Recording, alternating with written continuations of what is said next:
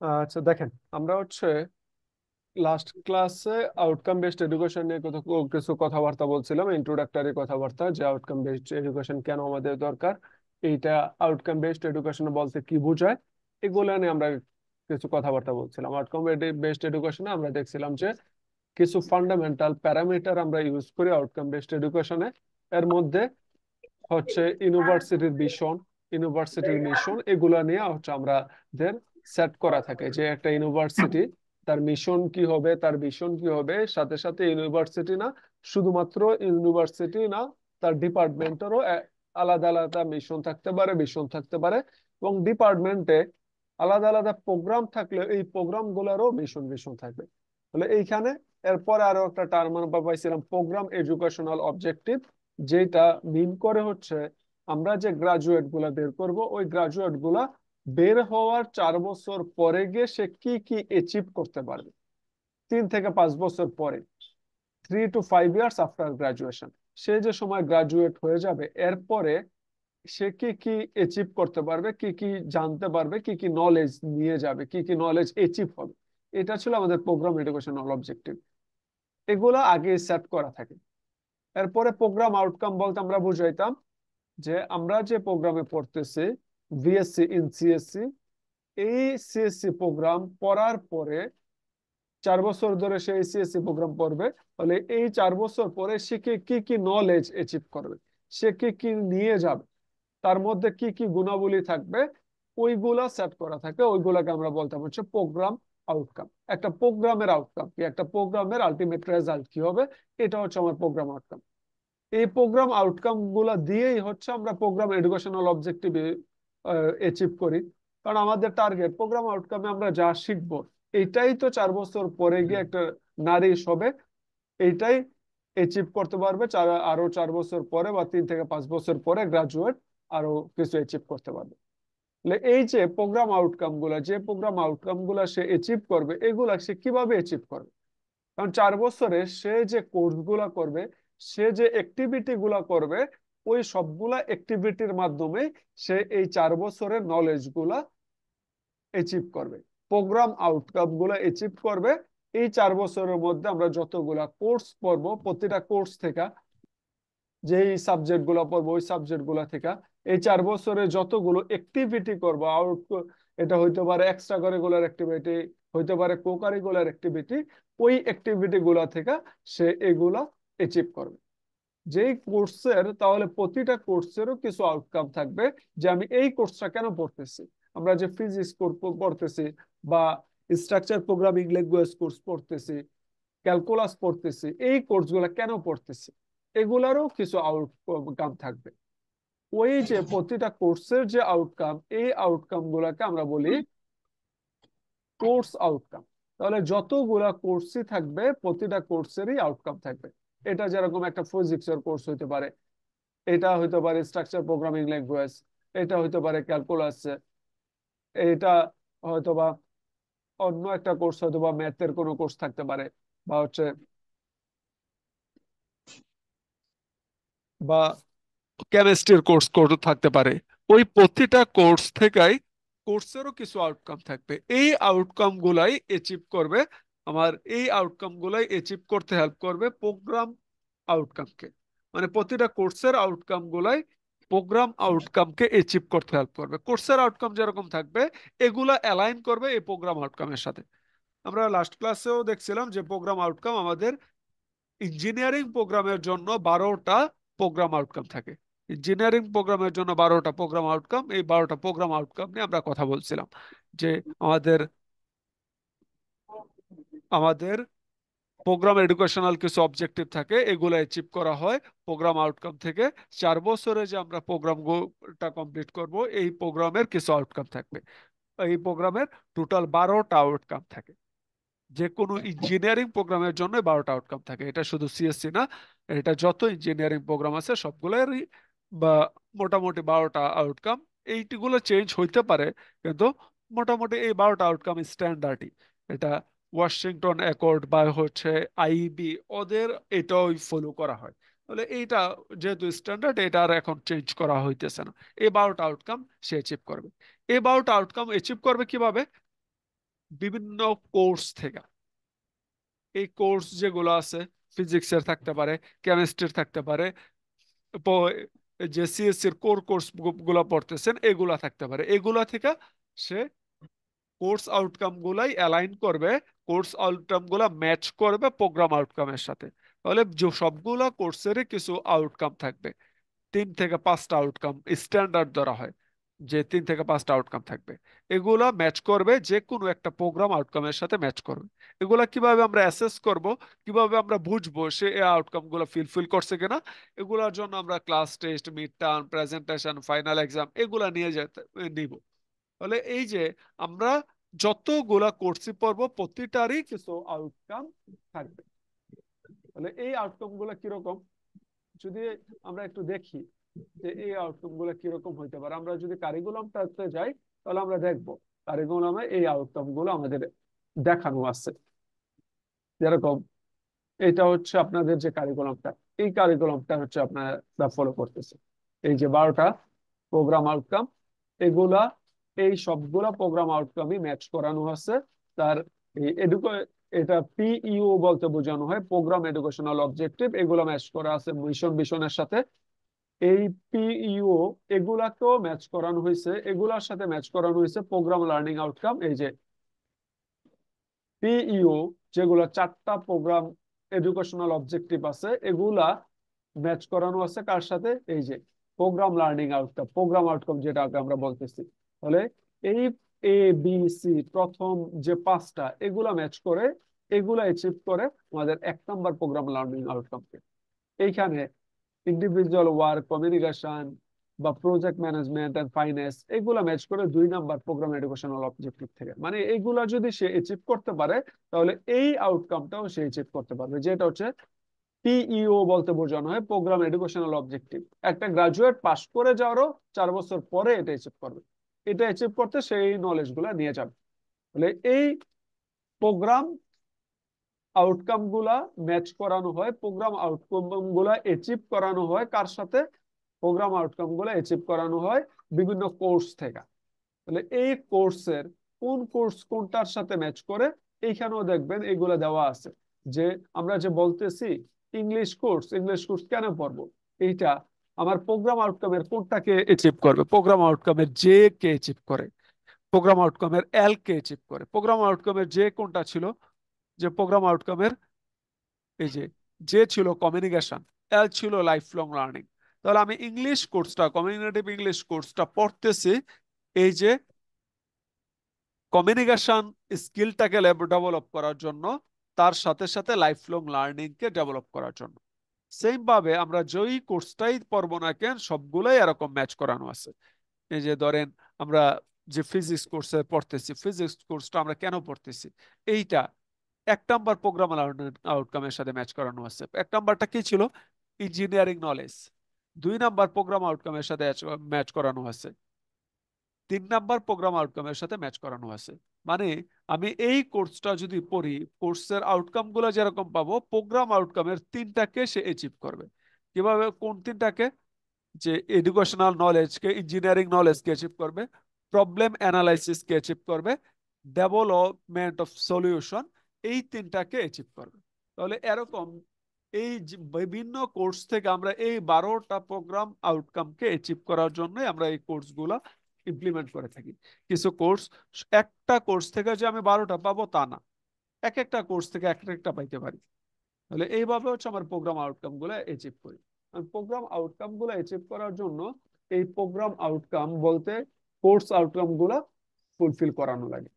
তাহলে এই যে এইখানে এই প্যারামিটারটা দেখানো হয়েছে যে আমি, এটা হচ্ছে আমার ম্যাক্সিমাম লিমিট, এটা হচ্ছে আমার প্রায় ইউনিভার্সিটির গোল। এই ইউনিভার্সিটির গোলটা ফুলফিল করা হয় প্রোগ্রাম এডুকেশনাল অবজেক্টিভ থেকে, এইটা ফুলফিল করা হয় প্রোগ্রাম আউটকাম থেকে, প্রোগ্রাম আউটকাম গুলো ফুলফিল করা হয় কোর্স আউটকাম থেকে।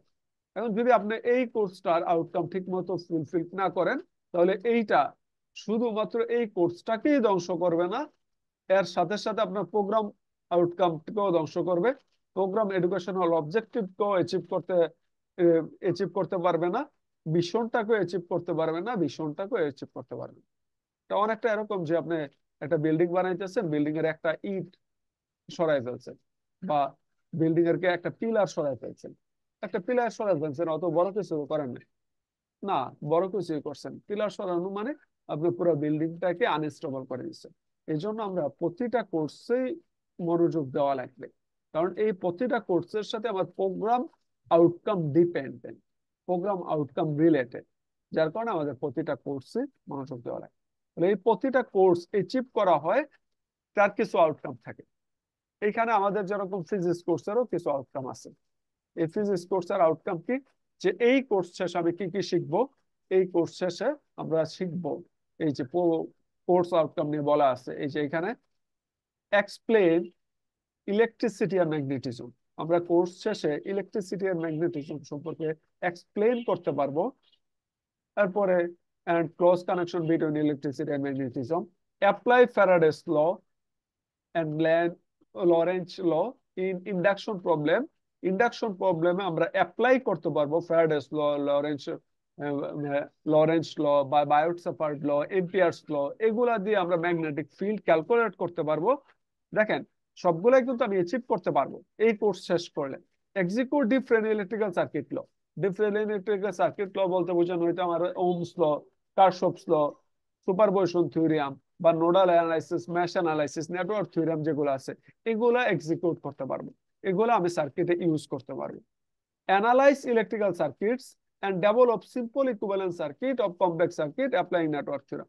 নেটওয়ার্ক থিওরেম অ্যাপ্লাই করে আমি বিভিন্ন কমপ্লেক্স সার্কিটকে সিম্পল করতে পারবো, সিম্পল করতে পারবো এবং এদের মধ্যে অ্যানালাইসিস করতে পারবো, কোনটা বেটার, কোন নেটওয়ার্ক থিওরেমটা বেটার, এগুলো অ্যানালাইসিস করতে পারবো। এই চারটা আউটকাম আমি শিখতে যাব এই কোর্স শেষে, আমি এই নলেজ গুলো অ্যাচিভ করতে যাব।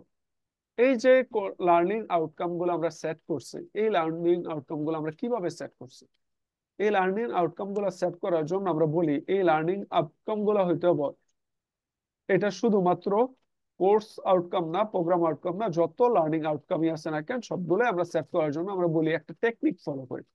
টেকনিকটা হচ্ছে smart technique to define learning outcome. যে আমি এরকম লার্নিং আউটকাম সেট করব যেগুলা স্মার্ট হবে। স্মার্ট মানে কি, এই স্মার্টটা হচ্ছে এস দিয়ে বোঝানো হয় স্পেসিফিক হবে। আমি যে বলবো যে লার্নিং আউটকাম আমি ইউজ করব, এই লার্নিং আউটকামটা স্পেসিফিক হইতে হবে।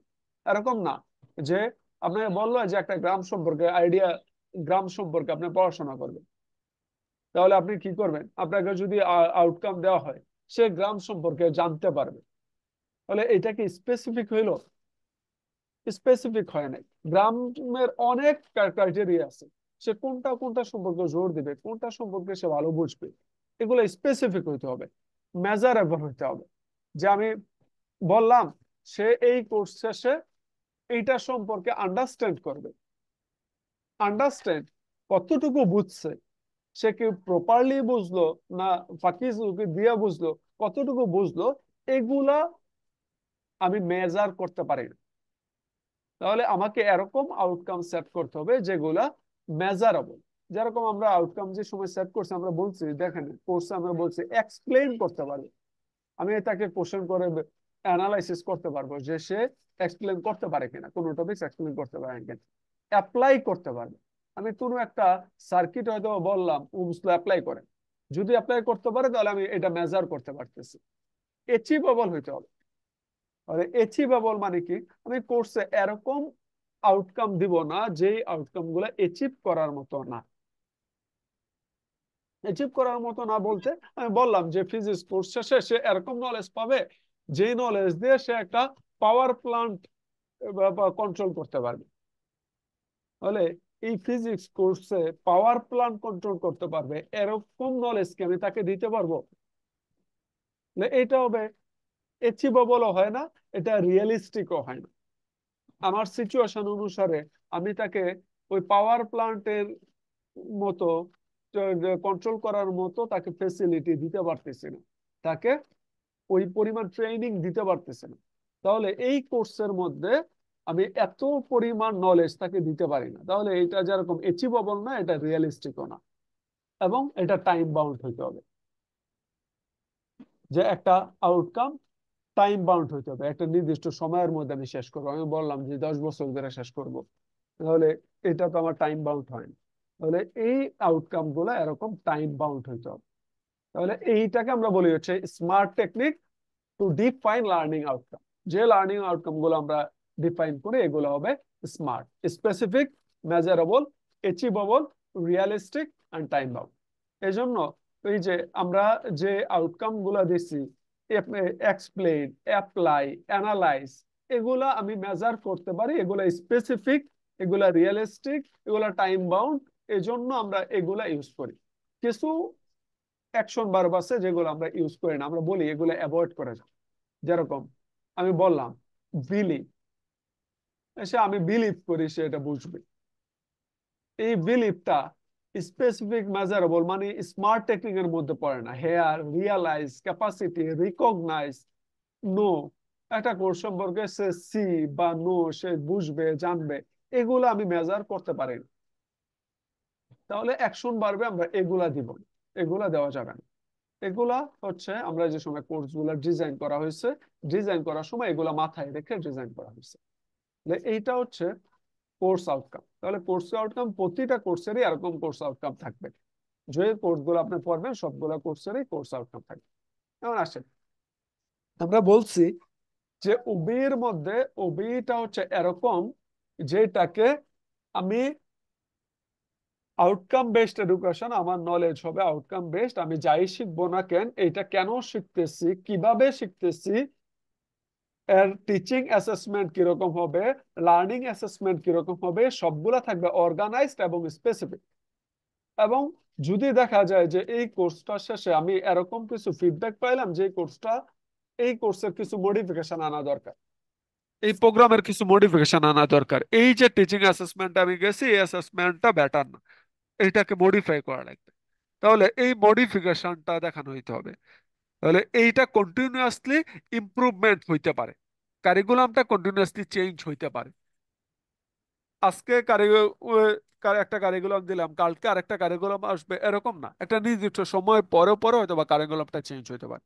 তাহলে আমাকে এই যে আউটকাম বেসড এডুকেশন বলতেছি, এটাকে যদি আমি ইমপ্লিমেন্ট করতে চাই, এটাকে যদি বাস্তবায়িত করতে চাই, তাহলে আমাকে ফ্রেমওয়ার্কটা এরকমই রাখা লাগবে যাতে ফ্রেমওয়ার্কে বলা থাকে যে এই সময় পরে এটা রিভাইজ করেন, এটা বিভিন্ন জনের সাথে কথা বলেন, বিভিন্ন জনের সাথে ফিডব্যাক নেন, ফিডব্যাক নিয়ে এটাকে মডিফাই করেন।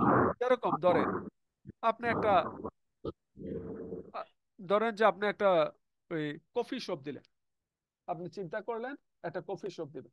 তাহলে যদি আপনি চিন্তা করেন আপনি একটা কফি শপ দিবেন, তাহলে আপনার প্রথম কাজ কি?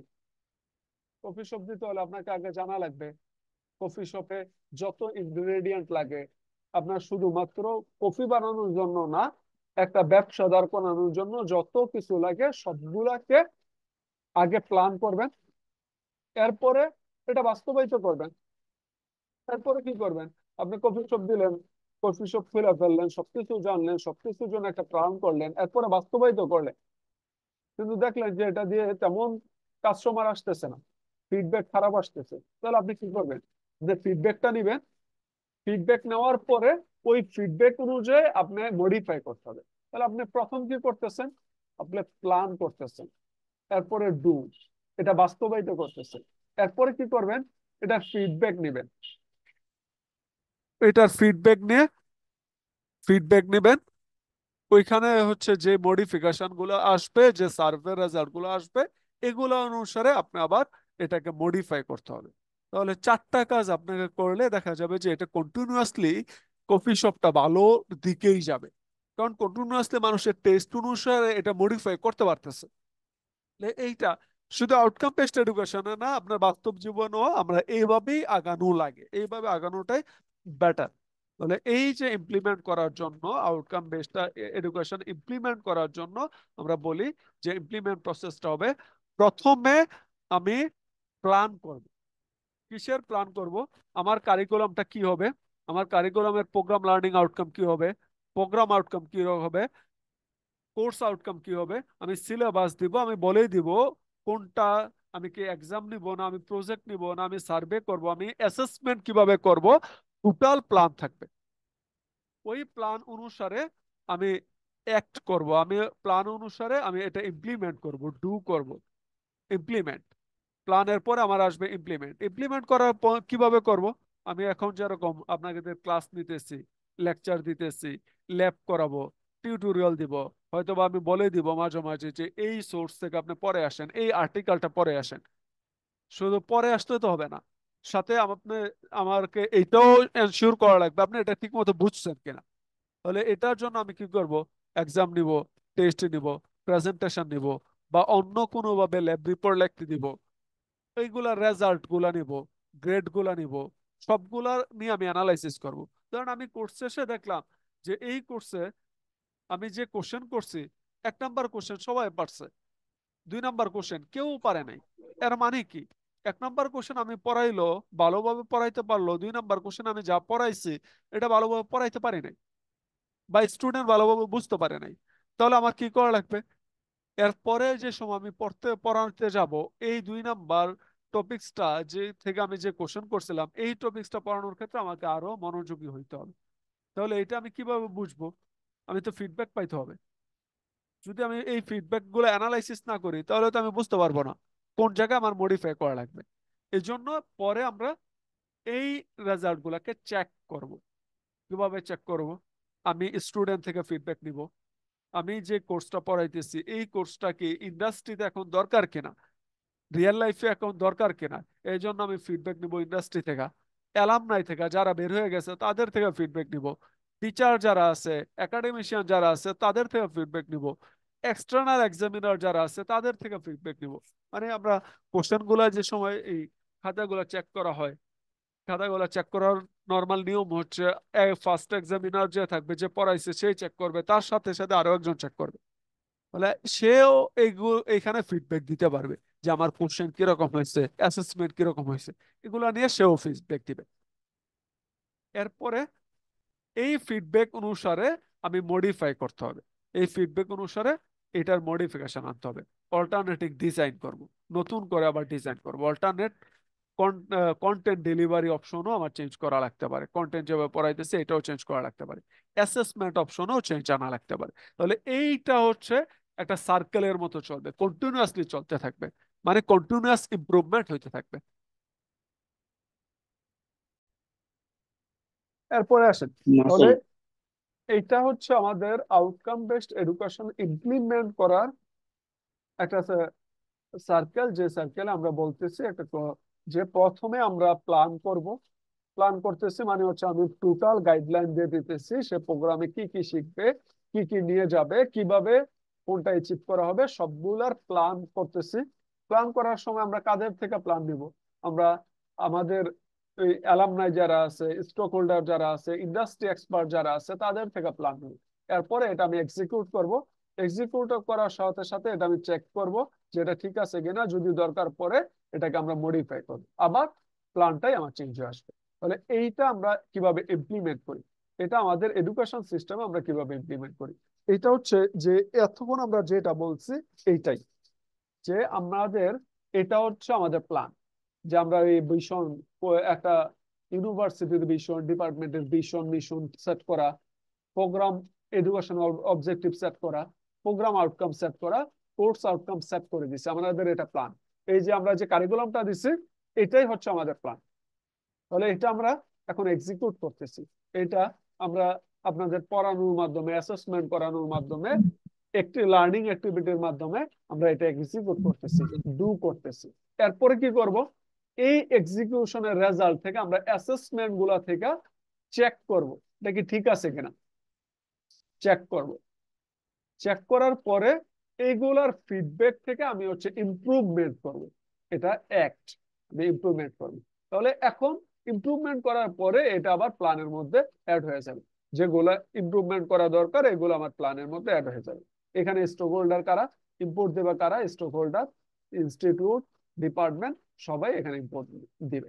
তাহলে এই যে কন্টিনিউয়াস ইমপ্রুভমেন্ট, এইটা কি এভাবে শুধু কোর্সের ক্ষেত্রে হবে, না শুধু প্রোগ্রামের ক্ষেত্রে হবে, না প্রোগ্রাম এডুকেশনাল অবজেক্টিভের ক্ষেত্রে হবে? আমি যদি খেয়াল করি, একটা কোর্স আমরা কয় মাস পড়াই? 6 মাস। তাহলে একটা কোর্সের ফিডব্যাক আমি 6 মাস পরেই পাইতেছি। আবার যদি খেয়াল করি একটা প্রোগ্রামের জন্য আমার কয় বছর লাগে? মিনিমাম 4 বছর। এইটা আমি 6 মাসে পড়াইতেছি, 6 মান্থে। এইটার জন্য আমার লাগতেছে 4 বছর। এটার জন্য 4 বছরের পরেও আরো 3 থেকে 5 বছর, মানে 7 থেকে 9 বছরের মতো লাগবে। তাহলে এই যে আমি যদি চেঞ্জ করি, এই কোর্স আউটকামটা আমি সহজে চেঞ্জ করতে পারি। এটা হয়তো বা 1 নাম্বার সেমিস্টার পরে চেঞ্জ করতে পারি। তবে একটা সেমিস্টার থেকে চেঞ্জ করাটা ভালো প্র্যাকটিস না, মিনিমাম 2টা সেমিস্টার পার করে 1 বছর পরে। প্রোগ্রাম এডুকেশনাল অবজেক্টিভ এটা নর্মালি আমরা তেমন একটা চেঞ্জ করি না, কিন্তু চেঞ্জ করলে এটা 5-6 বছর পরে গিয়ে চেঞ্জ হবে, আমাদের গ্রাজুয়েট বের হয়ে যাওয়ার পরে। এটাও অনেক বছর পর পর চেঞ্জ হয়। তাহলে এই যে চেঞ্জের কন্টিনিউয়াস ইমপ্রুভমেন্টের জন্য আমরা এইটা দেখানো হয় যে আউটকাম বেসড এডুকেশন ইমপ্লিমেন্টেশন মেথডের ক্লোজ লুপ হচ্ছে আমি একটা কোর্সের ফিডব্যাক নিয়ে, কোর্সের অ্যাসেসমেন্ট করে, কোর্সের ফিডব্যাক নিব, ফিডব্যাক প্রতিটা কোর্সের ফিডব্যাক নিব, ফিডব্যাকের অ্যাসেসমেন্ট নিব, অ্যাসেসমেন্ট করে অ্যানালাইসিস করব, যদি দরকার পড়ে আমি কন্টিনিউয়াস কোয়ালিটি ইমপ্রুভমেন্ট করব। এটা প্রতিটা কোর্সের জন্য। এটা নর্মাল প্র্যাকটিস হচ্ছে 1 বছর পর পর এটা করা হয় আমাদের। এইখানেও 1 বছর পর পর করার চিন্তা ভাবনা আছে যে 1 বছর পর পর প্রতিটা কোর্স নিয়ে আমরা বসবো, বসে এগুলা ইমপ্লিমেন্ট করব। প্রোগ্রাম আউটকামের ক্ষেত্রে সেম। একটা প্রোগ্রাম শেষ করার পরে, কয়েকটা বেচ বের হওয়ার পরে আমরা তাদের ফিডব্যাক থেকে অ্যাসেসমেন্ট করব, অ্যানালাইসিস করব, এরপরে এটাকে কন্টিনিউয়াস ইমপ্রুভমেন্টে যাব। প্রোগ্রাম অবজেক্টিভ বা হচ্ছে প্রোগ্রাম এডুকেশনাল অবজেক্টিভ এর ক্ষেত্রে সেম। তাহলে এইটা হচ্ছে আমাদের আউটকাম বেসড এডুকেশনের ইমপ্লিমেন্টেশন প্ল্যান। এগুলা ইমপ্লিমেন্ট করি কিভাবে? এগুলা ইমপ্লিমেন্ট করি প্রতিটা কোর্স থেকে। তাহলে কোর্সের মধ্যে কি কি থাকে? কোর্সের মধ্যে আমার কোর্স আউটকাম গুলা থাকে। কোর্স আউটকাম যদি খেয়াল করেন, আমি একটা কোর্স আউটকামে এই একটা প্ল্যানে যাই, তাহলে এইগুলো অ্যাচিভ করার জন্য আমরা কি করি? ধরেন যে এই কোর্সটাতে আমরা বলতেছি যে প্রথম যেটা সে এক্সপ্লেন করতে পারবে, মানে এক্সপ্লেন করবে এটা কোন, কতটুকু এক্সপ্লেন করবে। তাহলে এইটা এক্সপ্লেন করার জন্য আমি আমি কিভাবে তাকে পড়াবো, আমি কিভাবে অ্যাসেসমেন্ট করব, এটা হচ্ছে ডেলিভারি মেথড। আমি কিভাবে তাকে এগুলো শিখাবো, সে কি করবে? এক্সপ্লেন করতে পারবে। এরপরেরটাতে যেরকম বলছি, সে অ্যাপ্লাই করতে পারবে। এই যে এইটাতে সে অ্যাপ্লাই করতে পারবে। এইখানে বলা আছে সে অ্যানালাইজ করতে হবে। তাহলে একটা জিনিস বোঝা, আবার অ্যাপ্লাই করা, অ্যানালাইজ করা, সবগুলা কি একই রকমের ইফোর্ট দিলে হবে? যেরকম আমি বললাম, এই কোর্স শেষে আমি একটা লেকচার দিলাম, লেকচার শেষে সে বুঝবে ওমস ল কি, এইটা সে বলতে পারবে। তার মানে ওমস ল কি এটা সে বুঝুক না বুঝুক, সে মুখস্থ করে আসলেই বলে দিতে পারবে। আমি একটা সার্কিট দিয়ে বললাম এটা অ্যাপ্লাই করেন, সে যদি না বুঝে থাকে, মুখস্থ করে আসে, সে এটা অ্যাপ্লাই করতে পারবে না। তাহলে দুইটা নলেজ কি সেম? আবার যদি অ্যানালাইসিস করতে বলি যে ওমস ল এবং কারশফস ল কোনটা বেটার, আমি একটা সার্কিট দিয়ে বললাম এইখানে কোনটা ইউজ করলে বেটার হবে, তাহলে এইটা জানার জন্য তাকে কি করা লাগবে? সে ওহমস ল বোঝা লাগবে, ওহমস ল সার্কিটে কিভাবে অ্যাপ্লাই করে এটাও জানা লাগবে, কারশফস ল বোঝা লাগবে, কারশফস ল সার্কিটে কিভাবে অ্যাপ্লাই করে এটাও জানা লাগবে। তাহলে এই নলেজ গুলা কি একই রকমের নলেজ? সবগুলার নলেজ কি একই ক্যাটাগরি? অবশ্যই না। একটাতে যেরকম শুধু মুখস্থ করলে হইতেছে, আবার একটাতে অ্যাপ্লাই করা লাগে, অ্যানালাইসিস করা লাগতেছে। তাহলে এগুলা ভিন্ন ভিন্ন ক্যাটাগরি। মানে এগুলার জন্য, এগুলা অ্যাচিভ করার জন্য এই টিচিং লার্নিং অ্যাসেসমেন্ট বলি বা টিচিং লার্নিং অ্যাক্টিভিটি বলি, আমি আন্ডারস্ট্যান্ড লেভেলের কোনো কিছু বুঝাইতে গেলে তাকে যতটুকু যেভাবে পড়ানো দরকার, অ্যাপ্লাই বা অ্যানালাইজ লেভেলের কিছু করতে গেলে তাকে এর চেয়েও বেশি ইফোর্ট দেওয়া লাগবে, মেথড চেঞ্জ করা লাগবে। আমি যদি এইটা অ্যাসেসমেন্টও করতে চাই, সে কি এটা অ্যাচিভ করছে কিনা, সে অ্যাপ্লাই করতে পারে কিনা, এটা বোঝার জন্য আমার স্ট্র্যাটেজিতে চেঞ্জ করা লাগতে পারে। স্ট্র্যাটেজি অ্যাপ্লাই লেভেলের গুলো, স্ট্র্যাটেজিকে আরো চেঞ্জ, আরো একটু বেটার হইতে হবে। মানে এগুলার জন্য কিভাবে আমি টিচিং লার্নিং অ্যাক্টিভিটি সেট করব? টিচিং লার্নিং অ্যাক্টিভিটি বলতে যে আমি কিভাবে পড়াবো, অ্যাসেসমেন্ট বলতে আমি কিভাবে এইটা অ্যাচিভ করছে কিনা এটা আমি কিভাবে চেক করব। এগুলা বোঝার জন্য আমরা হচ্ছে এইগুলা বোঝার জন্য কিছু ক্রাইটেরিয়া সেট করা হয়েছে। ক্রাইটেরিয়া গুলো সেট করছে হচ্ছে মেনলি বেঞ্জামিন ব্লুমস। এই ক্রাইটেরিয়া গুলা সেট করছে। এই অনুসারে এইগুলাকে বলা হয় যে ব্লুমস ট্যাক্সোনমি। ট্যাক্সোনমি বলতে বোঝানো হয় ক্লাসিফিকেশন। ক্লাসিফিকেশন কিসের ক্লাসিফিকেশন? যে আমি বলতেছি teaching learning method, teaching learning activity, এগুলার ক্লাসিফিকেশন। এটা কি লোয়ার লেভেল নলেজ? এই যে বলতেছি সে নলেজ অ্যাচিভ করবে, এটা কোন লেভেলে? এটা কি কম, শুধু মাত্র রিমেম্বার, মানে সে মুখস্থ করতে পারবে এরকম নলেজ, না নতুন কিছু আইডিয়া করতে পারবে, নতুন কিছু সে ডেভেলপ করতে পারবে এরকম নলেজ, লেভেল নলেজ? এই নলেজ গুলাকেও ক্লাসিফাই করা হয়, ক্যাটাগরি করা। এটা হচ্ছে কম নলেজ, আরেকটা হয়তো বেশি নলেজ, এর চেয়েও বেশি নলেজ কি, এর চেয়েও বেশি নলেজ কি। এগুলাকে তার কমপ্লেক্সিটি এবং স্পেসিফিকেশনের উপর ডিপেন্ড করে এগুলাকে ক্লাসিফাই করা, যে মডেল, যে ফ্রেমওয়ার্ক, এই ফ্রেমওয়ার্কটাকে আমরা বলি হচ্ছে ব্লুমস ট্যাক্সোনমি। ব্লুমস ট্যাক্সোনমি বলতে বোঝানো হয়, blooms taxonomy is a hierarchical framework. Hierarchical বলতে বোঝানো হয়, হায়ারার্কি বলতে বোঝানো হয় কি ছোট থেকে বড় বড় এরকম, হচ্ছে একটা কম লেভেলের একটা বেশি লেভেলের এরকম হায়ারার্কি অনুসারে ক্লাসিফাই করা হয়। For categorising or classifying educational goal, objective, outcome into level of complexity and specification। যে কোনো কিছু শিক্ষার কমপ্লেক্সিটি এবং স্পেসিফিকেশনের উপর ডিপেন্ড করে এগুলোকে ক্লাসিফাই করা। তারপরে আরেকটা টার্ম এখানে বলতে বোঝানো হয় যে এখানে blooms taxonomy divided into three domain. এই তিনটা ডোমেন বলতে আসলে কি বোঝায়? যেরকম ধরেন আমি আপনাকে শিখাইলাম যে, ধরেন যে আপনি কোনো একটা কোর্সে শিখলেন যে এই কোর্স শেষে একজন স্টুডেন্ট একটা সফটওয়্যার ডেভেলপ করতে পারে, একটা সফটওয়্যার ডেভেলপ করতে পারে। সফটওয়্যার ডেভেলপ করতে হইলে তাকে অনেক কিছু জানা লাগবে। তাকে হয়তো বা HTML জানা লাগবে, তাকে কোড জানা লাগবে, কিভাবে সফটওয়্যারটা ডেভেলপ করবে, এগুলা সবগুলার ব্যাকগ্রাউন্ড স্টাডি জানা লাগবে। কারণ তার যদি সফটওয়্যার ডেভেলপ করতে গিয়ে তাকে যাকে যেরকম হচ্ছে তার এই থিওরিটিক্যাল নলেজ লাগবে, তার সাথে শুধুমাত্র থিওরিটিক্যাল নলেজ জানলেই হবে না, তার সাথে প্র্যাকটিক্যালই লাগবে। সে কোড লিখতে পারে কিনা, ওই যে কাজের জন্য সে এটা ইউজ করবে ওই কাজে সে ইউজ করতে পারে কিনা, এটাও যেরকম লাগবে। এবং তাকে এই সেন্সটাও রাখা লাগবে, এই যে সফটওয়্যারটা সে বানাইতেছে এটা কাদের জন্য বানাইতেছে, এটা কি সমাজের জন্য বেনিফিট হবে, না এটার বেনিফিট বেনিফিট আসবে না, এটা সমাজের জন্য ধ্বংস করবে। যেরকম ধরেন আপনি, বা এইটা বাদে আপনি যদি ওই রান্না বান্না করতে পছন্দ করেন, আপনি ধরেন যে কোনো একটা ডেজার্ট আইটেম বানাবেন। তাহলে ডেজার্ট আইটেম বানাইতে গেলে আপনি হয়তো একটা কেক বানাইলেন, বা হয়তো পায়েস বানাইলেন। তাহলে এই কেক বা পায়েস বানাইতে গেলে আপনাকে যেরকম জানা লাগবে কতটুকু চিনির মধ্যে কতটুকু দুধ দেওয়া লাগবে, কতটুকু কত সময় ধরে আপনাকে এইটার জন্য কাজ করা লাগবে, এই থিওরিটিক্যাল নলেজ গুলো লাগবে। তার সাথে সাথে এইটা প্র্যাকটিক্যালি আপনি ইমপ্লিমেন্ট করতে পারতে হবে, যে এগুলা আপনি ওই যে পরিমাপ বলছেন এই পরিমাপগুলো ইউজ করতে পারেন কিনা। এবং এই ইউজ করাটাই না শুধু, তার সাথে সাথে আপনাকে জানা লাগবে যে এই যে এটা আপনি কার জন্য বানাইতেছেন, এই বানানোটা যে যার জন্য বানাইতেছেন। আপনি একটা মিষ্টির একটা ডেজার্ট আইটেম বানাইছেন, যেটা আপনি দিতেছেন একটা ডায়াবেটিস রোগীকে, তাহলে তার জন্য এটা কি হেল্পফুল হবে? তার জন্য এটা আরো খারাপ হবে। তাহলে আপনাকে এই সেন্সটাও থাকা লাগবে, আপনার ফিলিংস থাকা লাগবে, আপনার ইমোশনাল অ্যাটাচমেন্টটাও থাকা লাগবে। আর আমি যে কোনো কিছুই শিখতে যাই না কেন, আমার লার্নিং ডোমেন গুলো হবে তিনটা। তিনটাকেই আমার কভার করতে হবে।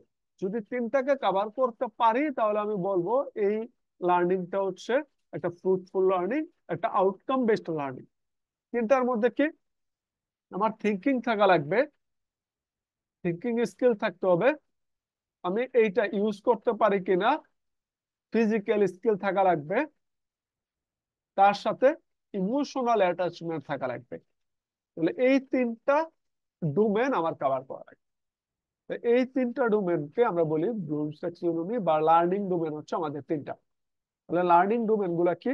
লার্নিং ডোমেন গুলা তিনটা যে বলা হয়, একটাকে বলা হয় কগনিটিভ ডোমেন, একটাকে বলা হয় এই যে লার্নিং ডোমেনের একটা হচ্ছে কগনিটিভ ডোমেন। কগনিটিভ কোনটা? যে আপনার আপনার থিঙ্কিং স্কিল আছে কিনা। এইটা কার সাথে অ্যাটাচমেন্ট? আপনার হেডের সাথে, মাথার সাথে। মাথায় আপনার নলেজ আছে কিনা। তাহলে এইটা আপনার কগনিটিভ স্কিল বা নলেজ বেস স্কিল। তার সাথে আপনার জানা লাগবে কি আপনি কাজ করতে পারে কিনা, আপনার হাত চলে কিনা, আপনার এই যে মাথার সাথে হাতের যোগাযোগ আছে কিনা। মাথা বলতেছে আপনি 1 চামচ চিনি দেন, আপনার হাত দিচ্ছে 1.5 চামচ। তাহলে এই যে জায়গায় আপনার এই স্কিলটা আছে কিনা, তাহলে আপনার হ্যান্ডের সাথে কোঅর্ডিনেশন আছে কিনা।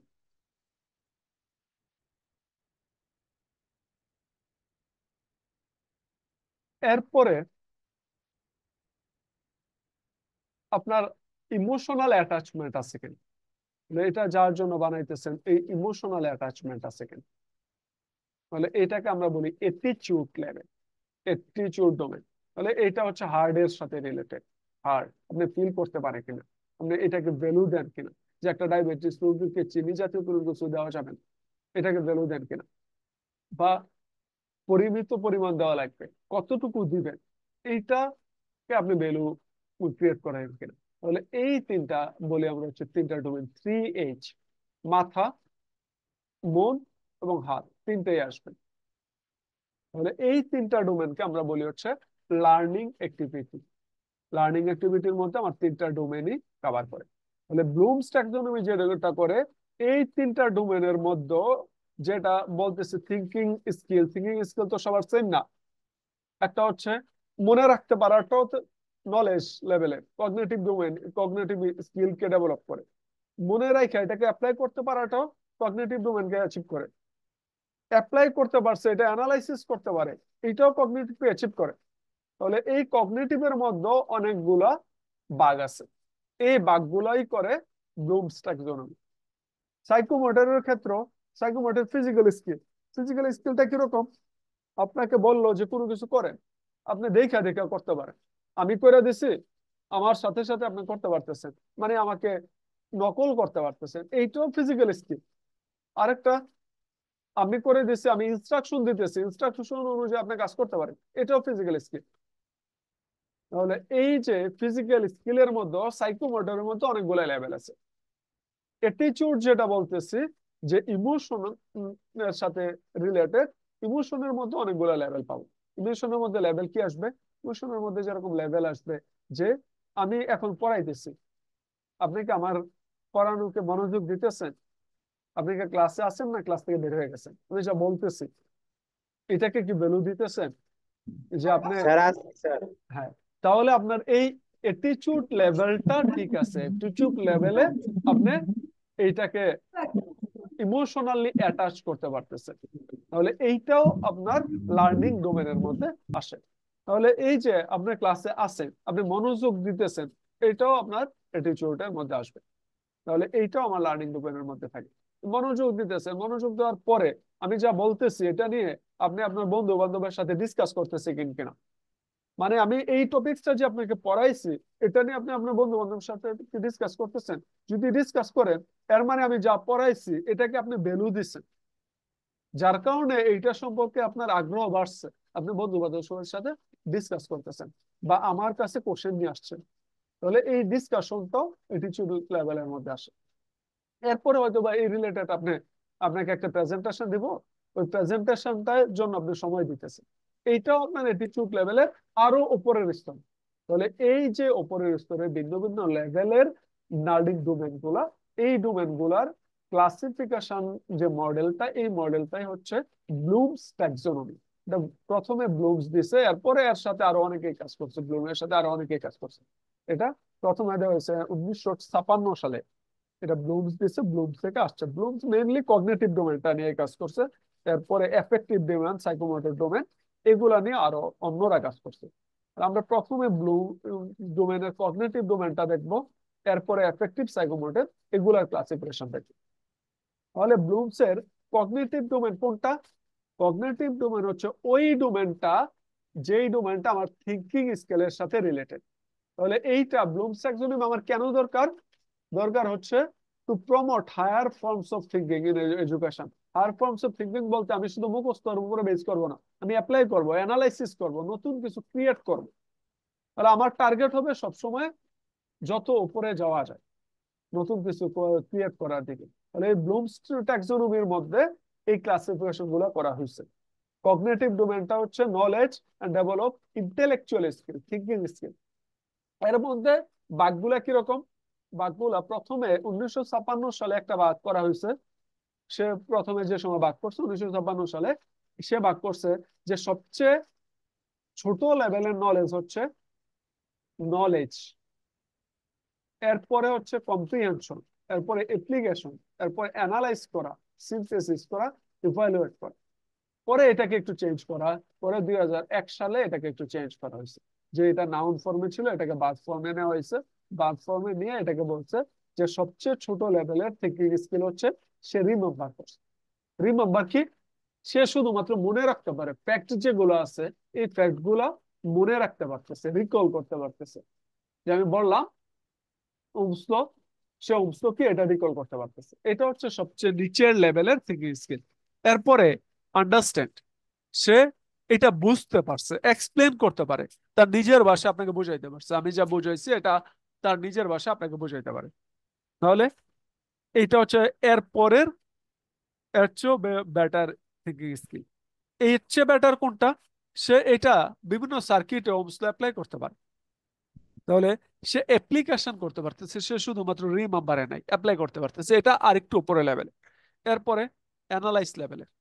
অ্যানালাইজ লেভেলের বলতে বোঝানো হয় সে এগুলা নিয়ে বিভিন্ন সার্কিটে আমি কোনটাতে কোনটা ইউজ করলে অ্যানালাইজ বেটার হবে এটা অ্যানালাইজ করতে পারে, ইভালুয়েট করতে পারে। এরপরে হয়তো সে যে কোনো নতুন কোনো আইডিয়া দিতে পারতেছে, ক্রিয়েট করতে পারতেছে। এই যে উপরের যে তিনটা, উপরের তিনটা হচ্ছে হায়ার অর্ডার থিঙ্কিং। এই তিনটা হচ্ছে higher order thinking: analyse, evaluate, create. এগুলো হচ্ছে লোয়ার অর্ডার থিঙ্কিং। আমাদের টার্গেট থাকবে আমরা 4 বছরে যতগুলা কোর্স করাবো, এখানে সবচেয়ে বেশি সংখ্যক যাতে হাই অর্ডার থিঙ্কিং নিয়ে আসতে পারি। আমরা অ্যাপ্লাই, অ্যানালাইজ লেভেলের, ক্রিয়েট লেভেলের, ইভালুয়েট লেভেলের নলেজ যাতে আপনাদের দিতে পারি, এটাই হচ্ছে আমাদের মেইন টার্গেট। এগুলো হচ্ছে লোয়ার অর্ডার। লোয়ার অর্ডার যত কমানো যায়, হায়ার অর্ডার অত বেশি বেশি আনা যায়। কারণ হায়ার অর্ডারে যা আনবো, অ্যানালাইজ আনতে হলে আমাকে অবশ্যই আগের তিনটা ধাপ কমপ্লিট করে আসা লাগবে। রিমেম্বার, আন্ডারস্ট্যান্ড, অ্যাপ্লাই, এগুলো কমপ্লিট করে এসে আমার অ্যানালাইসিস করতে হবে, ক্রিয়েট করতে হবে। তাহলে এইগুলা হচ্ছে আমাদের কগনিটিভ ডোমেনের 6টা domain: understand, apply, analyse, evaluate, create. আপনি এখন কারিকুলামটাতে যান, কারিকুলামে গেলে দেখবেন যে এগুলা দেওয়া আছে, প্রতিটারই এরকম ডোমেন দেওয়া আছে। এই যে প্রথমে যে এই কারিকুলামটাতে এখানে দেখেন। স্যার কথা আটকে আটকে আসতেছে। এটাকে সবাই আটকে আসতেছে। না স্যার, আমার কাছে ঠিক আছে। হেডফোন ইউজ করতে পারেন স্যার। আচ্ছা ঠিক আছে, হ্যাঁ তাহলে স্যার হয়তো ঠিক আছে। প্রবলেমটা অন্য জায়গায়, আমার এখানে না। আচ্ছা ঠিক আছে, তাহলে দেখেন এই যে ব্লুমস ট্যাক্সোনমির প্রথম যেটা এক্সপ্লেন করবে। এক্সপ্লেন করা মানে কি? সে শুধুমাত্র বুঝতে পারছে। এই যে প্রথম ডোমেনটা কি ছিল, এই যে প্রোগ্রাম আউট করে এক্সপ্লেন ইলেকট্রিসিটি এন্ড ম্যাগনেটিজম, তাহলে সে শুধুমাত্র বুঝতে পারবে। তাহলে এক্সপ্লেনটা কোন ডোমেনে পড়ে? কগনিটিভের আন্ডারস্ট্যান্ডে পড়ে। তাহলে এই যে আন্ডারস্ট্যান্ড বলা আছে, তাহলে আমি যে সময় কোশ্চেন করব আমি এরকম কোশ্চেন করব যে এক্সপ্লেন ওহমস ল, এক্সপ্লেন কারশফস ল, এই টাইপের কোশ্চেন হবে। এটা অ্যাচিভ করার জন্য আমার এই টাইপের কোশ্চেন হবে। এরপরে যে ডোমেনটা আছে, কি বলা আছে? Apply Faraday's law and Lorentz law in induction problem. আমি যে কোনো একটা প্রবলেম দিব, প্রবলেম দিয়ে বলবো এটা ফ্যারাডেস ল অ্যাপ্লাই করে। তাহলে এই যে কগনিটিভের অ্যাপ্লাই ডোমেন, তাহলে এইখানে আমি এরকম কোশ্চেন করব না আপনাকে যে remember or define Faraday's law, এই টাইপের কোশ্চেন আমি আপনাকে কম করব। করব কি? যে আমি সার্কিট দিয়ে বলবো এখানে ফ্যারাডেস ল অ্যাপ্লাই করে। ফ্যারাডেস ল অ্যাপ্লাই করে আপনি বের করে দেখান যে এই প্রপার্টির ভ্যালু কত হবে বা ওইটা কত হবে। এরপরে বলছে কগনিটিভ ডোমেন অ্যানালাইসিস করতে। কগনিটিভের অ্যানালাইস এটা কোনটা? 4 নাম্বার যে আউটকাম। তাহলে 4 নাম্বার আউটকাম আমাকে কি বলা ছিল? বলা ছিল অ্যানালাইজ ইলেকট্রিক্যাল সার্কিট।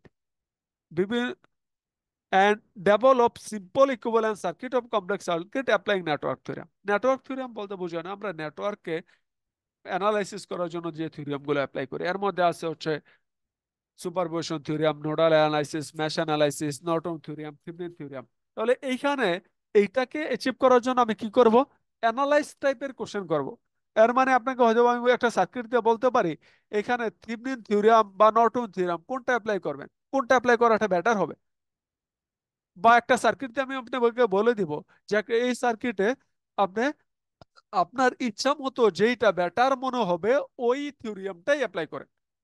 এর মানে আপনার সব সার্কিট থিওরিয়াম গুলো আপনি জানেন, জেনে আপনার কাছে যেটা বেটার মনে হইতেছে এটা অ্যাপ্লাই করতেছে। এখানে আমি আপনাকে বলবো না থেভেনিন থিওরিয়াম কি, ডিফাইন করে। এই টাইপের কোশ্চেন যদি আমি দেইও খুবই কম দিব অ্যানালাইজ টাইপের কোশ্চেন। তাহলে এইটা জন্য আমাদের হচ্ছে ব্লুমস ট্যাক্সোনমি, এটা হচ্ছে আমাদের কগনিটিভ ডোমেন। তাহলে এখানে কগনিটিভ ডোমেনে আমার থিঙ্কিং স্কিল গুলো নিয়ে আমরা কাজ করি। এইখানেও যদি কনফিউশন থাকে আমি এটা নিয়ে কিছু হচ্ছে আরেকটু বলি যে প্রথমে কগনিটিভ ডোমেনের প্রথম যেটা, এটা হচ্ছে রিমেম্বার এবং নলেজ টাইপের। এটা কি করবে? এইটা যদি সে জানে, the ability two recall fact, data, information, basic concept গুলো সম্পর্কে সে রিকল করতে পারবে, সে ডিফাইন করতে পারবে, সে ওইটা সম্পর্কে লিখতে পারবে। তাহলে এই টাইপের কোশ্চেন হইতে পারে, recall the formula of Ohm's law in electrical circuit, Ohm's law এর ফর্মুলাটা বলে। তাহলে তার কেউ কিছু বোঝা লাগে না, সে ফিজিক্যাল ডায়ার বলে দিলে হবে। তাহলে এই টাইপের কোশ্চেন করার সময় আমি কোনগুলা অ্যাকশন বার কোনগুলা ইউজ করবে? ডিফাইন, আইডেন্টিফাই, ডেসক্রাইব, রিকগনাইজ, টেল, এক্সপ্লেইন, এই টাইপের অ্যাকশন ভার্ব আমি ইউজ করতে পারি। এবার কিছু অ্যাকশন ভার্ব যেরকম আমি এক্সপ্লেইন যেরকম এইখানেও ইউজ করতে পারি, আবার আন্ডারস্ট্যান্ডও ইউজ করতে পারি। কিছু অ্যাকশন ভার্ব শুধুমাত্র এক জায়গায় ইউজ হয় না, অনেক জায়গায় ইউজ করতে হয়, কোশ্চেন বুঝে ইউজ করা যায়। তাহলে এইটা হচ্ছে আমার শুধু রিমেম্বার টাইপের। আন্ডারস্ট্যান্ড কোনটা? আন্ডারস্ট্যান্ড হচ্ছে সে বুঝছে, বুঝার পরে এটা অ্যাপ্লাই করতে পারে, এটা আপনাকে বুঝাইতে পারে, ইন্টারপ্রিট করতে পারে, এটা এক্সপ্লেন করতে পারে। তাহলে এই টাইপের ক্ষেত্রে সে the ability to grasp the meaning of material, আমি যা বুঝাইছি ওইটার মিনিং সে গ্র্যাপ করতে পারতেছে। Explain ideas and concept, idea এবং কনসেপ্ট গুলো এক্সপ্লেন করতে পারে, সামারাইজ করতে পারে, ইন্টারপ্রিট করতে পারে, ক্লাসিফাই করতে পারে। এগুলো হচ্ছে আন্ডারস্ট্যান্ড টাইপের। তাহলে এখানে আমি কি টাইপের কোশ্চেন করতে পারি? Explain how Ohm's law applies to a simple circuit, একটা সার্কিটে ওহমস ল কিভাবে অ্যাপ্লাই হয় এটা এক্সপ্লেন করে। তাহলে এক্সপ্লেন করতে গেলে সে আগে রিমেম্বার জানা আসা লাগবে, এটা হায়ার অর্ডার থিঙ্কিং, রিমেম্বার থেকে। এর পরেরটা কি ছিল?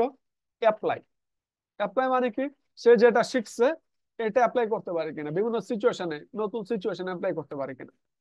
The ability to use learned material, যেটা শিখছে এটা ইউজ করার ability in a new or concrete situation, নতুন এবং কনক্রিট সিচুয়েশন, মানে use information in new situation, নতুন সিচুয়েশনে সে এটা ইউজ করতে পারে কিনা। তাহলে এইখানে তার অ্যাকশন ভার্ব হইতে পারে, আমি বলতে পারি solve the circuit using Ohm's law, change, relate, complete, use, scratch, মানে আমি বলতে পারি scratch the IV diagram of Ohm's law, Ohm's লর আইভি ডায়াগ্রামটা স্ক্র্যাচ করেন। তাহলে ওহমস ল কি এটা তাকে বোঝা লাগবে, আইভি ডায়াগ্রাম বলতে কি বোঝায় এটা বোঝা লাগবে, এইগুলো অ্যাপ্লাই করতে হবে। অ্যাপ্লাই করে একটা সে ডায়াগ্রাম ডায়াগ্রাম সে ড্র করবে। তাহলে এই টাইপের কোশ্চেন হতে পারে। Use Ohm's law to calculate current in a circuit given the voltage and resistance, আমি ভোল্টেজ দিয়ে দিলাম, রেজিস্ট্যান্স দিয়ে দিলাম, আমি বললাম কারেন্ট ফ্লোটা বের করে। তাহলে আপনাকে জানা লাগবে কি? ভিজিবল ডায়োড, এটা আপনাকে জানা লাগবে কারেন্ট ফ্লো বের করার জন্য I is equal to V by R, মানে ইকুয়েশন আপনি অ্যাপ্লাই করতে পারতে হবে। তাহলে এটা হচ্ছে আমার অ্যাপ্লিকেশন টাইপের বা অ্যাপ্লাই টাইপের নলেজ। এরপরের ডোমেনটা আমার কি ছিল? আর ছিল অ্যানালাইজ। আর এখন আমি তাকে দিব বিভিন্ন আইডিয়ার মধ্যে কোনটা বেটার, এদের মধ্যে কানেকশন কি, এগুলা সম্পর্কে সে অ্যানালাইজ করে। The ability to understand the underlying structure to knowledge and able to distinguish between fact and opinion, বিভিন্ন ফ্যাক্ট এবং অপিনিয়নের মধ্যে ডিফারেন্সিয়েট করতে পারে, তাদের মধ্যে কানেকশন কি, কোনটা বেটার, এগুলা সম্পর্কে কানেকশন কি, এগুলো সম্পর্কে সে অ্যানালাইজ করতে পারে। তাহলে এই টাইপের কোশ্চেন হইতে পারে। অ্যাকশন ভার্ব যেরকম হইতে পারে contrast, connect, relate, device, correlation, illustrate, এই টাইপের হইতে পারে। কোশ্চেন হইতে পারে analyse the differentiate between series and parallel circuit, এগুলো অ্যানালাইসিস করতে পারবে। এরপরের ডোমেনটা আমার কি ছিল? এরপরের ডোমেনটা ছিল আমার ইভালুয়েট, মানে এখন সে জাজ করার মতো অবস্থায় গেছে। আপনি অনেকগুলো সিচুয়েশন দিয়েছেন, সে সিচুয়েশনের মধ্যে কোনটা বেটার, তার জাজমেন্টাল এবিলিটি আসছে, তার ডিসিশন নেওয়ার ক্ষমতা আসছে। তাকে আমি বললাম, একটা সার্কিট দিয়ে বললাম যে এখানে কোনটা ইউজ করবেন, ওহমস ইউজ করবেন, নোডাল অ্যানালাইসিস ইউজ করবেন, মেশ অ্যানালাইসিস ইউজ করবেন, না আপনার কোনটা ইউজ করবেন, তাহলে এইখানে জাজমেন্ট করার ক্ষমতা আসবে। তাহলে এইখানে make judgement about the values of ideas, item, material and mode, justify a decision or course of action, যে একটা অ্যাকশনকে, তার ডিসিশনকে সে জাস্টিফাই করতে পারে, তার এই এবিলিটি আসবে। তাহলে এই এবিলিটি আসতে হলে আগের গুলো তাকে কমপ্লিট করে আসা লাগবে। এখানে যেরকম evaluate different electrical simulation software for accuracy and usable, আমরা কিছু সিমুলেশন সফটওয়্যার আমরা ইউজ করি সার্কিট ডিজাইন করার জন্য বা সার্কিট অ্যানালাইসিস করার জন্য। অনেকগুলো সফটওয়্যার নিতে পারে, যেরকম আপনাদের হয়তো বা আমি একটা সফটওয়্যার দেখাতে পারি তিনকারকে, এর মধ্যে অটোকেড বা হইতেছে এই আরো অনেক টাইপের সিমুলেশন সফটওয়্যার পাবে।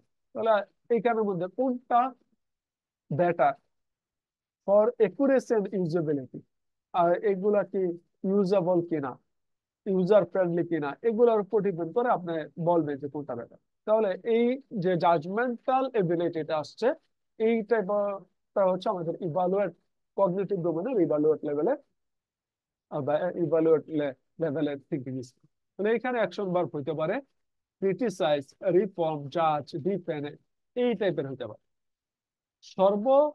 সর্বোচ্চ লেভেলের থিঙ্কিং স্কিল বলতে আমরা বুঝাই সে নতুন কিছু ক্রিয়েট করে ফেলছে, produce new or original work, যে ওয়ার্কটা আগে ছিল না, সে এরকম নতুন কিছু ক্রিয়েট করে ফেলছে।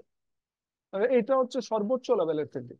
তাহলে এইটাতে সে ডিজাইন করতে পারে, অ্যাকশন বার হবে ডিজাইন, মডিফাই, সে নতুন করে মডিফাই করতে পারে, ডেভেলপ করতে পারে, নতুন করে লিখতে পারে, ইনভেন্ট করতে পারতেছে।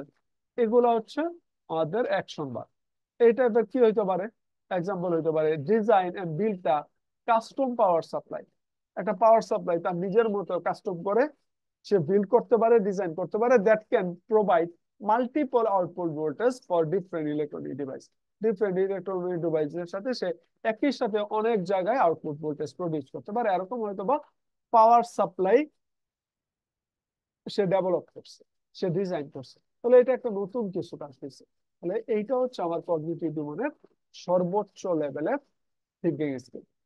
তাহলে এই যে প্রতিটা কোর্সে আপনি এরকম কিছু কিছু লেভেল পর্যন্ত পাবেন, যে আমি এখান থেকে অ্যাচিভ করব অ্যাপ্লাই লেভেলের নলেজ দিব। তাহলে অ্যাপ্লাই লেভেলের নলেজ দিতে হলে আমি এই পর্যন্ত জানা লাগবে। তাহলে এই থিঙ্কিং স্কিল হচ্ছে আমার এই 6টা। এইটা যদি আমি বাস্তব ক্ষেত্রে কোনো জায়গায় অ্যাপ্লাই করি, তাহলে এই যে এটা হচ্ছে আমরা হচ্ছে 5 লাইন দিয়ে এই ডায়াগ্রামটা দেখানো, যে রিমেম্বার বলতে বোঝানো হয় recall fact and basic concept, যেটা আমরা অলরেডি বলছি। আন্ডারস্ট্যান্ড বলতে বোঝানো হয় এক্সপ্লেন আইডিয়াস এন্ড কনসেপ্ট, আপনাকে যা বোঝানো হয়েছে এটা নিজের ভাষায় বোঝাতে পারেন কিনা। Use information in new situation, নতুন সিচুয়েশনে ইনফরমেশন গুলো ইউজ করতে পারেন কিনা, যে এটা অ্যাপ্লাই করতে পারেন কিনা। ড্র কানেকশন এমন আইডিয়াস, আর আইডিয়াস গুলোর মধ্যে কানেকশন কি, দুইটা বিভিন্ন আইডিয়ার মধ্যে কোরিলেশন কি, ডিফারেন্সিয়েট কি, ডিস্ট্রিবিউশন কি, এগুলো আইডিয়া করতে পারেন কিনা। জাস্টিফাই ইউর অপিনিয়ন, কোনটা বেটার হবে, কোনটা ভালো, কোনটা মন্দ, এগুলা সম্পর্কে জাস্টিফাই করতে পারেন কিনা। এটা হচ্ছে ইভ্যালুয়েট লেভেল। নতুন কিছু প্রডিউস করতে পারেন কিনা, এটা হচ্ছে ক্রিয়েট লেভেল। এটা হচ্ছে হাইয়েস্ট লেভেলের থিঙ্কিং স্কিল। তাহলে আমার কগনিটিভ জীবনে এই 6টা লেভেল আছে, এই 6টা হায়ারার্কিক্যাল ফ্রেমওয়ার্ক আছে নলে এই কগনিটিভ ডোমেনের জন্য। ওর ধরেন আপনাকে একটা এক্সাম্পল দেখানো হইলো আর কি, যে আমরা যে থিঙ্কিং স্কিল গুলো বলতেছি এটা কিরকম। ধরেন স্যার একজন নাম দিয়ে বলা হয়েছে সে নতুন রান্না শিখতেছে, রান্না শেখার জন্য সে কিছু রেসিপি পড়লো, পড়ার পরে সেগুলাকে কতটুকু ইনগ্রেডিয়েন্ট কোনটা কতটুকু দিবে, কোয়ান্টিটি কত হবে, এগুলা সম্পর্কে সে মুখস্থ করছে বা কোনোভাবে সে মনে রাখছে। তাহলে এই যে এতটুকু পর্যন্ত সে একটা রেসিপি পড়ছে, এটা মনে রাখতে পারছে, এটা কোন লেভেলের হবে? এটা একেবারে নিচের রিমেম্বার। লেভেলে, রিমেম্বার লেভেলে। এরপরে এটা মনে রাখা সে কি করলো? সে রান্না করতে গেল। রান্না করার সময় সে কি করছে? ওই যে ইনস্ট্রাকশন যা দেওয়া হয়েছিল এগুলা সে ফলো করছে। ইনস্ট্রাকশন অনুসারে কোনটা কেন ইউজ করবে এগুলা সম্পর্কে সে জানে। যে আমি যে সময় রান্না করতে গেছি, রান্না করার সময় আমি এই ধরেন যে ভুনা খিচুড়ি রান্না করতে গেছে, সে কতটুকু পানি দিবে, চালের মধ্যে কতটুকু পানি দিবে, পানি কি 2 গুণ দিবে না 3 গুণ দিবে না 5 গুণ দিবে, কতটুকু দিবে, কেন দিবে, আমি তেল কি বেশি দিব না কম দিব, আমি তেলটা আগে দিলে কি হবে পরে দিলে কি হবে, এই যে এক্সপ্লেন করার দক্ষতা, এই যে এক্সপ্লেন করতে পারতেছে, এটা হচ্ছে সে আগে জানছে, ওইটা ফলো করছে, তার মানে সে আন্ডারস্ট্যান্ড লেভেলে আছে, সে আন্ডারস্ট্যান্ড করতে পারে। এরপরে সে এটা অ্যাপ্লাই করছে, সে যা জানছে সবগুলো অ্যাপ্লাই করতে পারছে, প্রপারলি অ্যাপ্লাই করতে পারতেছে, সে রান্না কমপ্লিট করছে, যে রেসিপি ইউজ করে সে রান্না কমপ্লিট করে আসতে পারছে, মানে সে যা শিখছে সবগুলো অ্যাপ্লাই করতে পারছে, এটা অ্যাপ্লাই লেভেলে। তারপরে সে খাওয়া খাওয়া দাওয়া করলো বা হচ্ছে সার্ভ করে আরো একজনকে খাওয়াইলো, তারা এটা খাওয়ার পরে তারা এটা নিয়ে একটু সে ইমপ্রুভমেন্ট করতে চায়। যেহেতু সে প্রথমবার রান্না করছে, সে এরপরে যে সময় রান্না করতে যাবে সে কি কি জিনিস মাথায় রাখে, সে দেখলো ফ্লেভারটা কিরকম হয়েছে, টেক্সচার কিরকম হয়েছে, বা এই যে বোনা খিচুড়ির মধ্যে চালগুলা কি নরম হয়ে গেছে, এটা কি বাইঙা গেছে কিনা, নাকি শক্ত রয়ে গেছে, তাহলে কেন বাইঙা গেছে বা শক্ত রয়ে গেছে, এগুলো অ্যানালাইসিস করছে। তাহলে এইটা সে অ্যানালাইজ লেভেলের মতো দক্ষতা সে পাইছে। এরপরে সে টেস্ট ইভালুয়েট করছে based on texture, taste, appearance, সে সবগুলো নিয়ে ইভালুয়েট করতে পারছে। সে কেন এই যে হয়তোবা ওই চালটা নরম হয়ে গেছে, কেন নরম হয়ে গেছে, পানি হয়তো সে বেশি দিছে, হয়তোবা সে হিট বেশি দিছিল, হয়তো বেশি সময় ধরে সে রান্না করছে, তাহলে কেন হয়েছে এগুলা সে জাস্টিফাই করতে পারতেছে। তাহলে এটা ইভালুয়েট পর্যন্ত সে জানে। এরপরে সে এখন সবকিছু বুঝে গেছে, সে নতুন একটা রেসিপি তার নিজের মতো এই যে এক্সপেরিমেন্ট সে করলো, সে বুঝলো, এখন সে নিজের মতো নতুন একটা ডিশ, নতুন একটা রেসিপি সে ক্রিয়েট করলো। তাহলে এটা হচ্ছে সবচেয়ে হাই লেভেলের থিঙ্কিং, হাই লেভেলের থিঙ্কিং স্কিল। তাহলে এটা হচ্ছে আমার কগনিটিভ ডোমেন পর্যন্ত। তাহলে দেখেন এই পর্যন্ত ক্লিয়ার কিনা? ঠিক আছে, যে কোশ্চেনটা করছিলেন কোশ্চেনটা খুবই ভালো কোশ্চেন। আপনার রোলটা একটু গ্রুপে দেন, বোনাস মার্ক পাবেন এই কোশ্চেনের জন্য। দেখেন কোশ্চেনটা ছিল যে আপনি আগে যেটা সৃজনশীলে পড়তেন, যে জ্ঞানমূলক, অনুধাবনমূলক, প্রয়োগমূলক, দক্ষতামূলক, এই যে দেখেন জ্ঞানমূলক যেটা রিমেম্বার, অনুধাবনমূলক আন্ডারস্ট্যান্ড, প্রয়োগমূলক অ্যাপ্লাই, এরপরে ইভালুয়েট বা অ্যানালাইজ, এই পর্যন্ত যাইতেন। ওই সময় আপনাদের বলা হইতো আপনারা যে সময় অ্যান্সার করবেন প্রথমে জ্ঞানমূলকের জন্য স্পেসিফিক একটা অ্যান্সারটা লিখবেন, এরপরে এটাকে এক্সপ্লেন করবেন, এরপরে অ্যাপ্লাই করবেন। এটা যেটা যে আমরা যদি ক্রিয়েট লেভেলের কিছু করতে যাই, এখন যদি আপনি বলেন যে স্যার আমি ক্রিয়েট লেভেলের করতে চাইতেছি কিন্তু আমি রিমেম্বার, আন্ডারস্ট্যান্ড, অ্যাপ্লাই এগুলো বাদ দিয়ে দিব, এগুলো বাদ দিয়ে কি আপনি ক্রিয়েট লেভেলে যাইতে পারবেন? এগুলো বাদ দিয়ে কিন্তু ক্রিয়েট লেভেলে যাওয়া সম্ভব না। আপনি ক্রিয়েটে গেছেন মানে নতুন কিছু ইভালু ইন্ট্রোডিউস করছেন, সে নতুন রেসিপি দিতে পারছে কেন? কারণ সে আগে অন্য রেসিপি ট্রাই করছে, সবগুলা সম্পর্কে এলিমেন্ট সম্পর্কে তার ভালো আইডিয়া আছে, কিভাবে প্র্যাকটিক্যালি ইউজ করতে হয় এটা সে জানে। এরপরে সে সবগুলো অ্যানালাইসিস করে নিজের দক্ষতা আসছে, সে ক্রিয়েট করতে পারছে। তাহলে এইটা আমি যদি নাও বলি যে আপনি রিমেম্বার, আন্ডারস্ট্যান্ড লেভেল লিখেন বা বলেন, কিন্তু ওই ক্রিয়েট লেভেলে আপনি গেছেন মানে আপনি ওইগুলা পিছনের যেগুলো আছে এগুলা সম্পর্কে নলেজ নিয়ে আসছে। এই জন্য আমরা বলি এটা হচ্ছে সবচেয়ে higher order thinking level. Higher order thinking level কারণ হচ্ছে ওইটাতে যাওয়া মানে আপনি পিছনের যেগুলো আছে সবগুলো সম্পর্কে জেনে আসছে। ক্লিয়ার?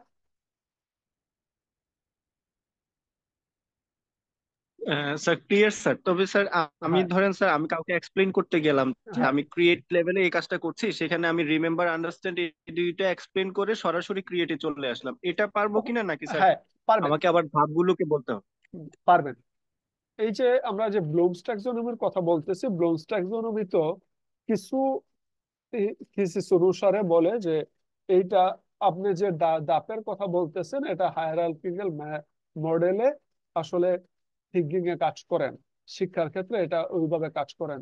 এই যে আমি বলতেছি, আপনি রিমেম্বার আন্ডারস্ট্যান্ড এগুলোকে হয়তো বা লোয়ারে লাগতে পারেন, কিন্তু এই সবগুলো একই ক্যাটাগরির মধ্যে। আপনি ওই এক্সপ্লেন করতে পারতেছেন, এরপরে বাকি যেগুলো আছে সবগুলো একই ক্যাটাগরির মধ্যে। আবার অনেকে এটাকে ওই ব্লুমস ট্যাক্সোনমির ক্ষেত্রে ক্ষেত্রে তার লিমিটেশন হিসেবেও ধরে, যে এই লিমিটেশনটা হচ্ছে যে ব্লুমস ট্যাক্সোনমিতে আমি সবকিছু ঠিকভাবে এক্সপ্লেন করতে পারি, সবকিছু এই অর্ডার অনুসারে মানে না। আর এটা শিক্ষার ক্ষেত্রে এই এরকম হইতে পারে, আমার রিমেম্বার ইভালুয়েটের পরে ক্রিয়েট আসতে পারে, বা আমি এই অর্ডার ফলো করতে হবে এরকম না। আমি অর্ডার ফলো করা এইটা একটা বেসিক গাইডলাইন। এর সাথে আমি চাইলে, আমি যে যদি ক্রিয়েটে যাই, আমি অ্যাপ্লাই, অ্যানালাইজ বা ইভালুয়েট এগুলো বাদ দিও, আমি ডিরেক্ট রিমেম্বার আন্ডারস্ট্যান্ড অ্যাপ্লাই করার পরে ডিরেক্ট ক্রিয়েটে চলে আসতে পারি।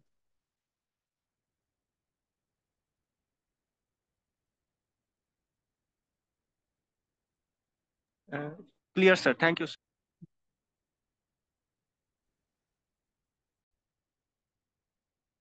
এই যে দেখেন, limitation of Bloom's taxonomy, limitation of Bloom's taxonomy বলতে বোঝানো হইতেছে যে এই যে আপনি বললেন রিমেম্বার আন্ডারস্ট্যান্ড অ্যাপ্লাই, এর পরে আসবে অ্যানালাইজ ইভালুয়েট ক্রিয়েট, এটা সব সময় এই এই হায়ারার্কিক্যাল মডেলে লার্নিং এর ক্ষেত্রে অ্যাপ্লাই করা যায় না। এটা কিছু পিপল এটা ক্লেম করে, যে কেউ অনেকে এটা ক্লেম করে learning is not a hierarchy, learning কে আমি এরকম ভাবে ক্লাসিফাই করতে পারি না। আমি লার্নিং শেখার সময় হয়তো বা হইতে পারে যে এই সবগুলো লেভেল পার হয়ে যে ক্রিয়েটে যাব বা ইভালুয়েটে যাব, এরকম নাও হইতে পারে। এর বাইরেও আমি অন্যভাবেও শিখতে পারি, যে আমি আন্ডারস্ট্যান্ডের পরে ইভালুয়েটে যাইতে পারি, বা আন্ডারস্ট্যান্ডের পরে ক্রিয়েটে চলে যাইতে পারে, এরকম হইতে পারে। আবার কিছু ক্ষেত্রে এটাকে এই যে ইনভার্স পিরামিড মডেলও দেখানো হয়, যে অ্যাপ্লাইয়ের পরে অ্যানালাইজ না, ইভালুয়েট না, এই তিনটাকে একই ক্যাটাগরিতে রাখা হয়। এই তিনটাকে একই ক্যাটাগরিতে রাখা হয়, যে ক্রিয়েট, ইভালুয়েট, অ্যানালাইজ, এই তিনটা একই ক্যাটাগরির মধ্যে। আমার রিমেম্বার থাকবে, রিমেম্বারের পরে আন্ডারস্ট্যান্ড থাকবে, আন্ডারস্ট্যান্ডের পরে অ্যাপ্লাই আসবে, অ্যাপ্লাইয়ের পরে আমি ডিরেক্ট হয় অ্যানালাইসিসও যাইতে পারি, ইভালুয়েটও যাইতে পারি, ক্রিয়েটও যাইতে পারি। তো ওইখানে অ্যানালাইসিস এর পরে ইভালুয়েট আসবে, এরপরে ক্রিয়েট আসবে, এরকম মডেল নাও হইতে পারে।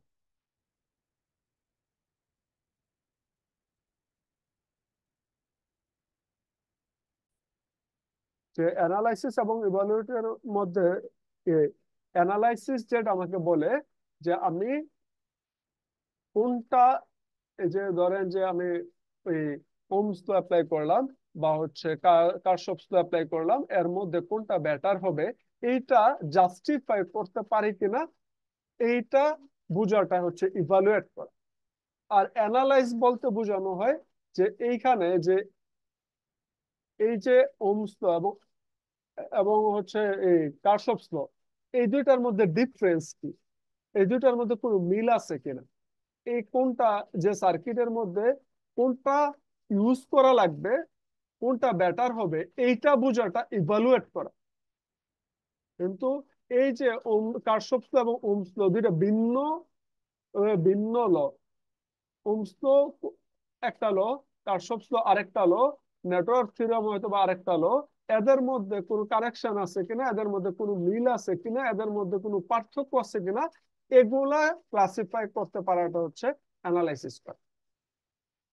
মানে ক্যাটাগরি করতে পারতেছে কিনা, বা হচ্ছে কম্পেয়ার করতে পারতেছে কিনা, অর্গানাইজ করতে পারতেছে কিনা, এগুলো হচ্ছে অ্যানালাইসিস করা।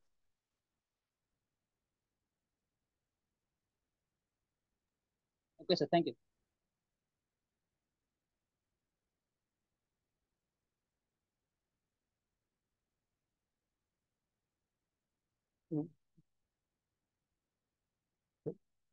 ড্র, কানেকশন এবং আইডিয়াস, এই আইডিয়ার গুলোর মধ্যে আমি কানেকশন দেখাইতে পারি কিনা। কানেকশন বলতে হইতে পারে আমি হচ্ছে দেখাইতেছি তাদের মিল, তাদের অমিল, তাদের ডিফারেন্সেস, তাদের তাদের ডিস্টিংগুইশ গুলা, তাদের কম্পারিজন গুলা, এগুলা দেখাইতে পারতেছি।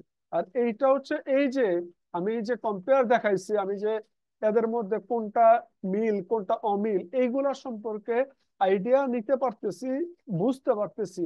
এর থেকে আমি নিজে জাস্টিফিকেশন দিতে পারি কিনা, এর মধ্যে কোনটা বেটার হবে, এই জাস্টিফিকেশন, এই ডিসিশন আমি নিতে পারি কিনা। ওই ডিসিশন নেওয়ার ক্ষমতাটা, ওই ডিসিশন নেওয়ার পিছনে কি জাস্টিফিকেশন আছে, ওই জাস্টিফিকেশন বোঝানোর ক্ষমতাটাকে আমরা বলি হচ্ছে ইভালুয়েট। আর কোনো কোশ্চেন আছে?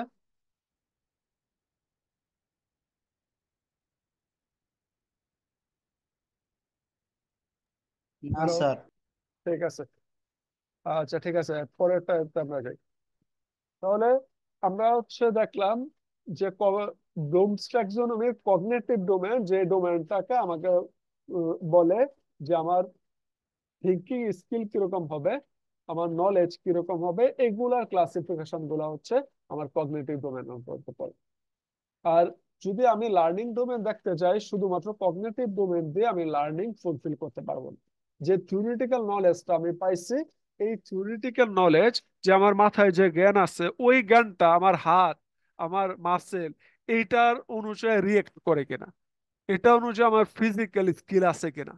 তাহলে ওই যে ফিজিক্যাল স্কিলের মধ্যে আমরা হচ্ছে হায়ারার্কিক্যাল ফ্রেমওয়ার্ক দ্বারা দেখাই যে একটা লোয়ার লেভেল লেভেল স্কিল, একটা আপার লেভেলের স্কিল। এই যে আপার লেভেলের লোয়ার লেভেলের স্কিলের যে ক্লাসিফিকেশন গুলো, এই ক্লাসিফিকেশন গুলো হচ্ছে ফিজিক্যাল স্কিলের উপর বেস করে যে ক্লাসিফিকেশনটা, এটাকে আমরা বলি হচ্ছে সাইকোমোটর ডোমেন। সাইকোমোটর ডোমেন হচ্ছে তার ফিজিক্যাল স্কিল, মানে হাতে কাজ করবে, তার মাসেল দিয়ে কাজ করবে। তাহলে এর মধ্যে সবচেয়ে লোয়ার লেভেলের স্কিল যেটা, এটা হচ্ছে ইমিটেশন। ইমিটেশন মানে কি? কপি করা।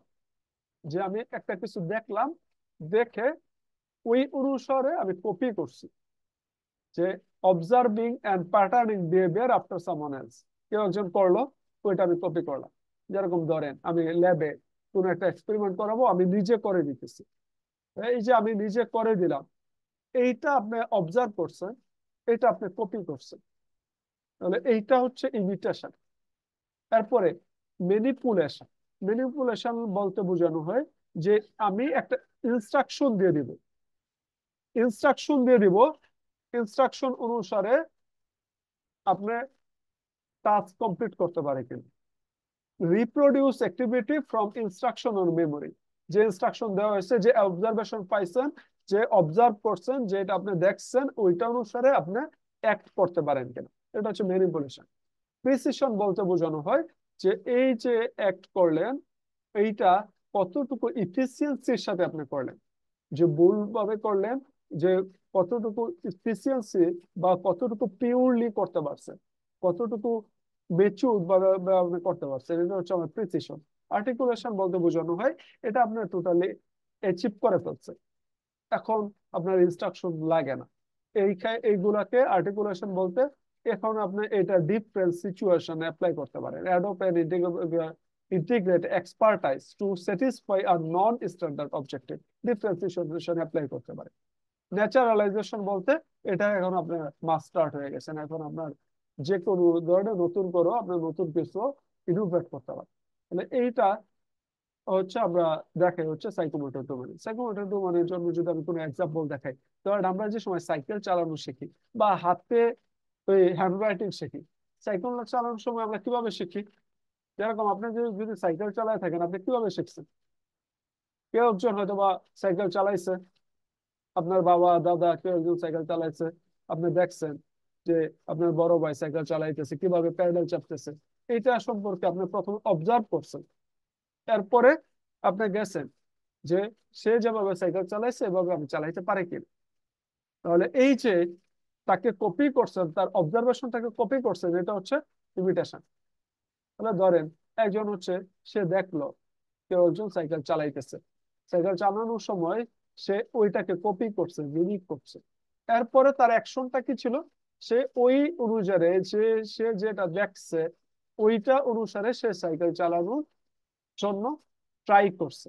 try to balance pedaling slowly imitating the movement of the observe সে যা অবজার্ভ করছে ওইটা অনুসারে সে অ্যাক্ট করছে মানে সে অবজার্ভ করছে কপি করছে এটা হচ্ছে ইমিটেশন এটা লোয়ার লেভেল ফিজিক্যাল অ্যাক্টিভিটি মানে আমার নতুন কিছু নেই আমি আরেকজনেরটা কপি করছি এরপরে এর চেয়ে আপার লেভেলের হবে কোনটা performing action based on instruction যে এখন আর আমি আগে আরেকজন থেকে দেখা করা লাগে না আমাকে যদি বলে দেয় তাহলেই হবে and practice skills with some গাইডেন্সের সাথে অ্যাপ্লাই করছে যেরকম এইখান থেকে সে বুঝে গেছে কিভাবে সাইকেল চালানো লাগে এখন ম্যানিপুলেশনে তাকে কিছু ইনস্ট্রাকশন দেওয়া হয়েছে যে সাইকেল চালানোর সময় নিচে তাকানোর দরকার নাই তুমি সামনের দিকে তাকাও আর পেডাল চাপো তাহলেই সাইকেল চলবে তারপর হয়তো বা রাস্তায় গেল রাস্তায় যাওয়ার পরে তাকে কিছু ইনস্ট্রাকশন দিবে তুমি বাম সাইড দিয়ে চালাও ডান সাইড দিয়ে চালাও যে তোমার যে অন্য যে ড্রাইভারটা আছে সিএনজি চালাইতেছে বা মাইক্রো চালাইতেছে কোন ইনস্ট্রাকশনটা হইলে কি অনুসারে তুমি অ্যাক্ট করা লাগবে ওই অনুসারে ইনস্ট্রাকশন থেকে সে কাজ করতে পারে তাহলে এখন আর তাকে আগের মতো কেউ বলে দিতে হয় না কেউ দেখাই দিতে হয় না শুধুমাত্র ইনস্ট্রাকশন পাইলেই সে কাজ করতে পারে তাহলে এইটা হচ্ছে ম্যানিপুলেশন এরপরে প্রিসিশন বলতে বোঝানো হয় refining and improvement performance improve করবে to achieve greater accuracy and control যে সে কোনো অ্যাসিস্ট্যান্ট বাদে তাকে এখন আর কেউ সাইকেল চালানো দেখাই দেয় না তাকে এখন আর কেউ বলে দেয় না যে তুমি এখন এটা করো ওই সময় ওইটা করো সে নিজে নিজে থেকেই সে সাইকেল চালাইতে চালাইতে এরকম অ্যাকুরেসি পাইছে সে নিজে নিজে থেকে এখন সবকিছু ইমপ্রুভমেন্ট করতে পারে এটা হচ্ছে প্রিসিশন লেভেলের সাইকোমোটর ডোমেন এর চেয়েও বেশি কি হইতে পারে সে এখন শুধু পার্কে চালায়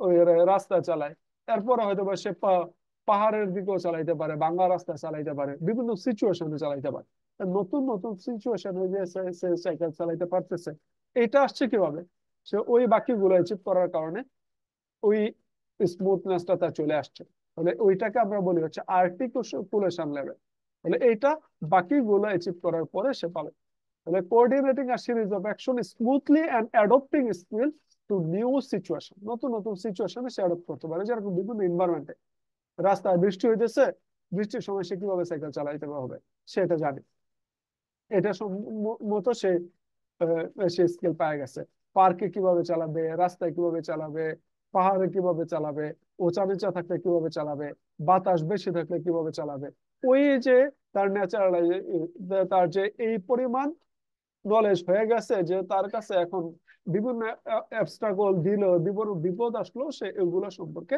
অ্যাক্ট করতে পারে তাহলে এটা হচ্ছে আর্টিকুলেশন সর্বোচ্চ স্তর কোনটা সে ইফোর্টলেসলি চালাইতে পারে সে হয়তো হাফ সাইডও চালাইতে পারে রাস্তায় যেভাবে দেও না কেন সে ইফোর্টলেসলি চালাইতে পারে সে এখন আর কোনো অবস্টাকল তার হচ্ছে অবস্টাকল মনে হয় না সে নতুন কোনো ইফোর্ট বাদও তার এখন চিন্তা করা লাগে না যে সাইকেলে কি আমি সামনের দিকে চালাবো না হচ্ছে ওই যে ডানে যাব না বামে যাব রাস্তায় কিভাবে চালাবো বাতাস বেশি হলে কি করা লাগবে ওইগুলাকে তাকে এখন আর কোনো চিন্তা করা লাগে না তার চিন্তা বাদে তার বডি ওই অনুযায়ী সারে অ্যাক্ট করা শুরু করছে তার যা কিছুই সামনে আসতেছে না কারণ তার বডি ওই অনুসারে অ্যাক্ট করতেছে ওইটাকে আমরা বলি হচ্ছে ন্যাচারালাইজেশন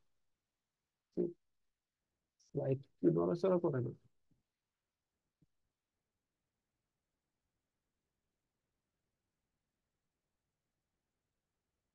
হ্যালো জি স্যার শোনা যাচ্ছে। স্যার শুনতে পাচ্ছি। শুনতে পাচ্ছি ঠিক আছে কিন্তু আমি এতক্ষণ কথা বললাম এই স্লাইড আর ওই স্লাইড নিয়ে স্লাইড যে নড়েই নেই লস হয়ে গেল না আমি মাত্র ফোনের দিকে তাকিয়ে দেখলাম যে আসলে কি সমস্যা না স্যার শুনছি স্যার।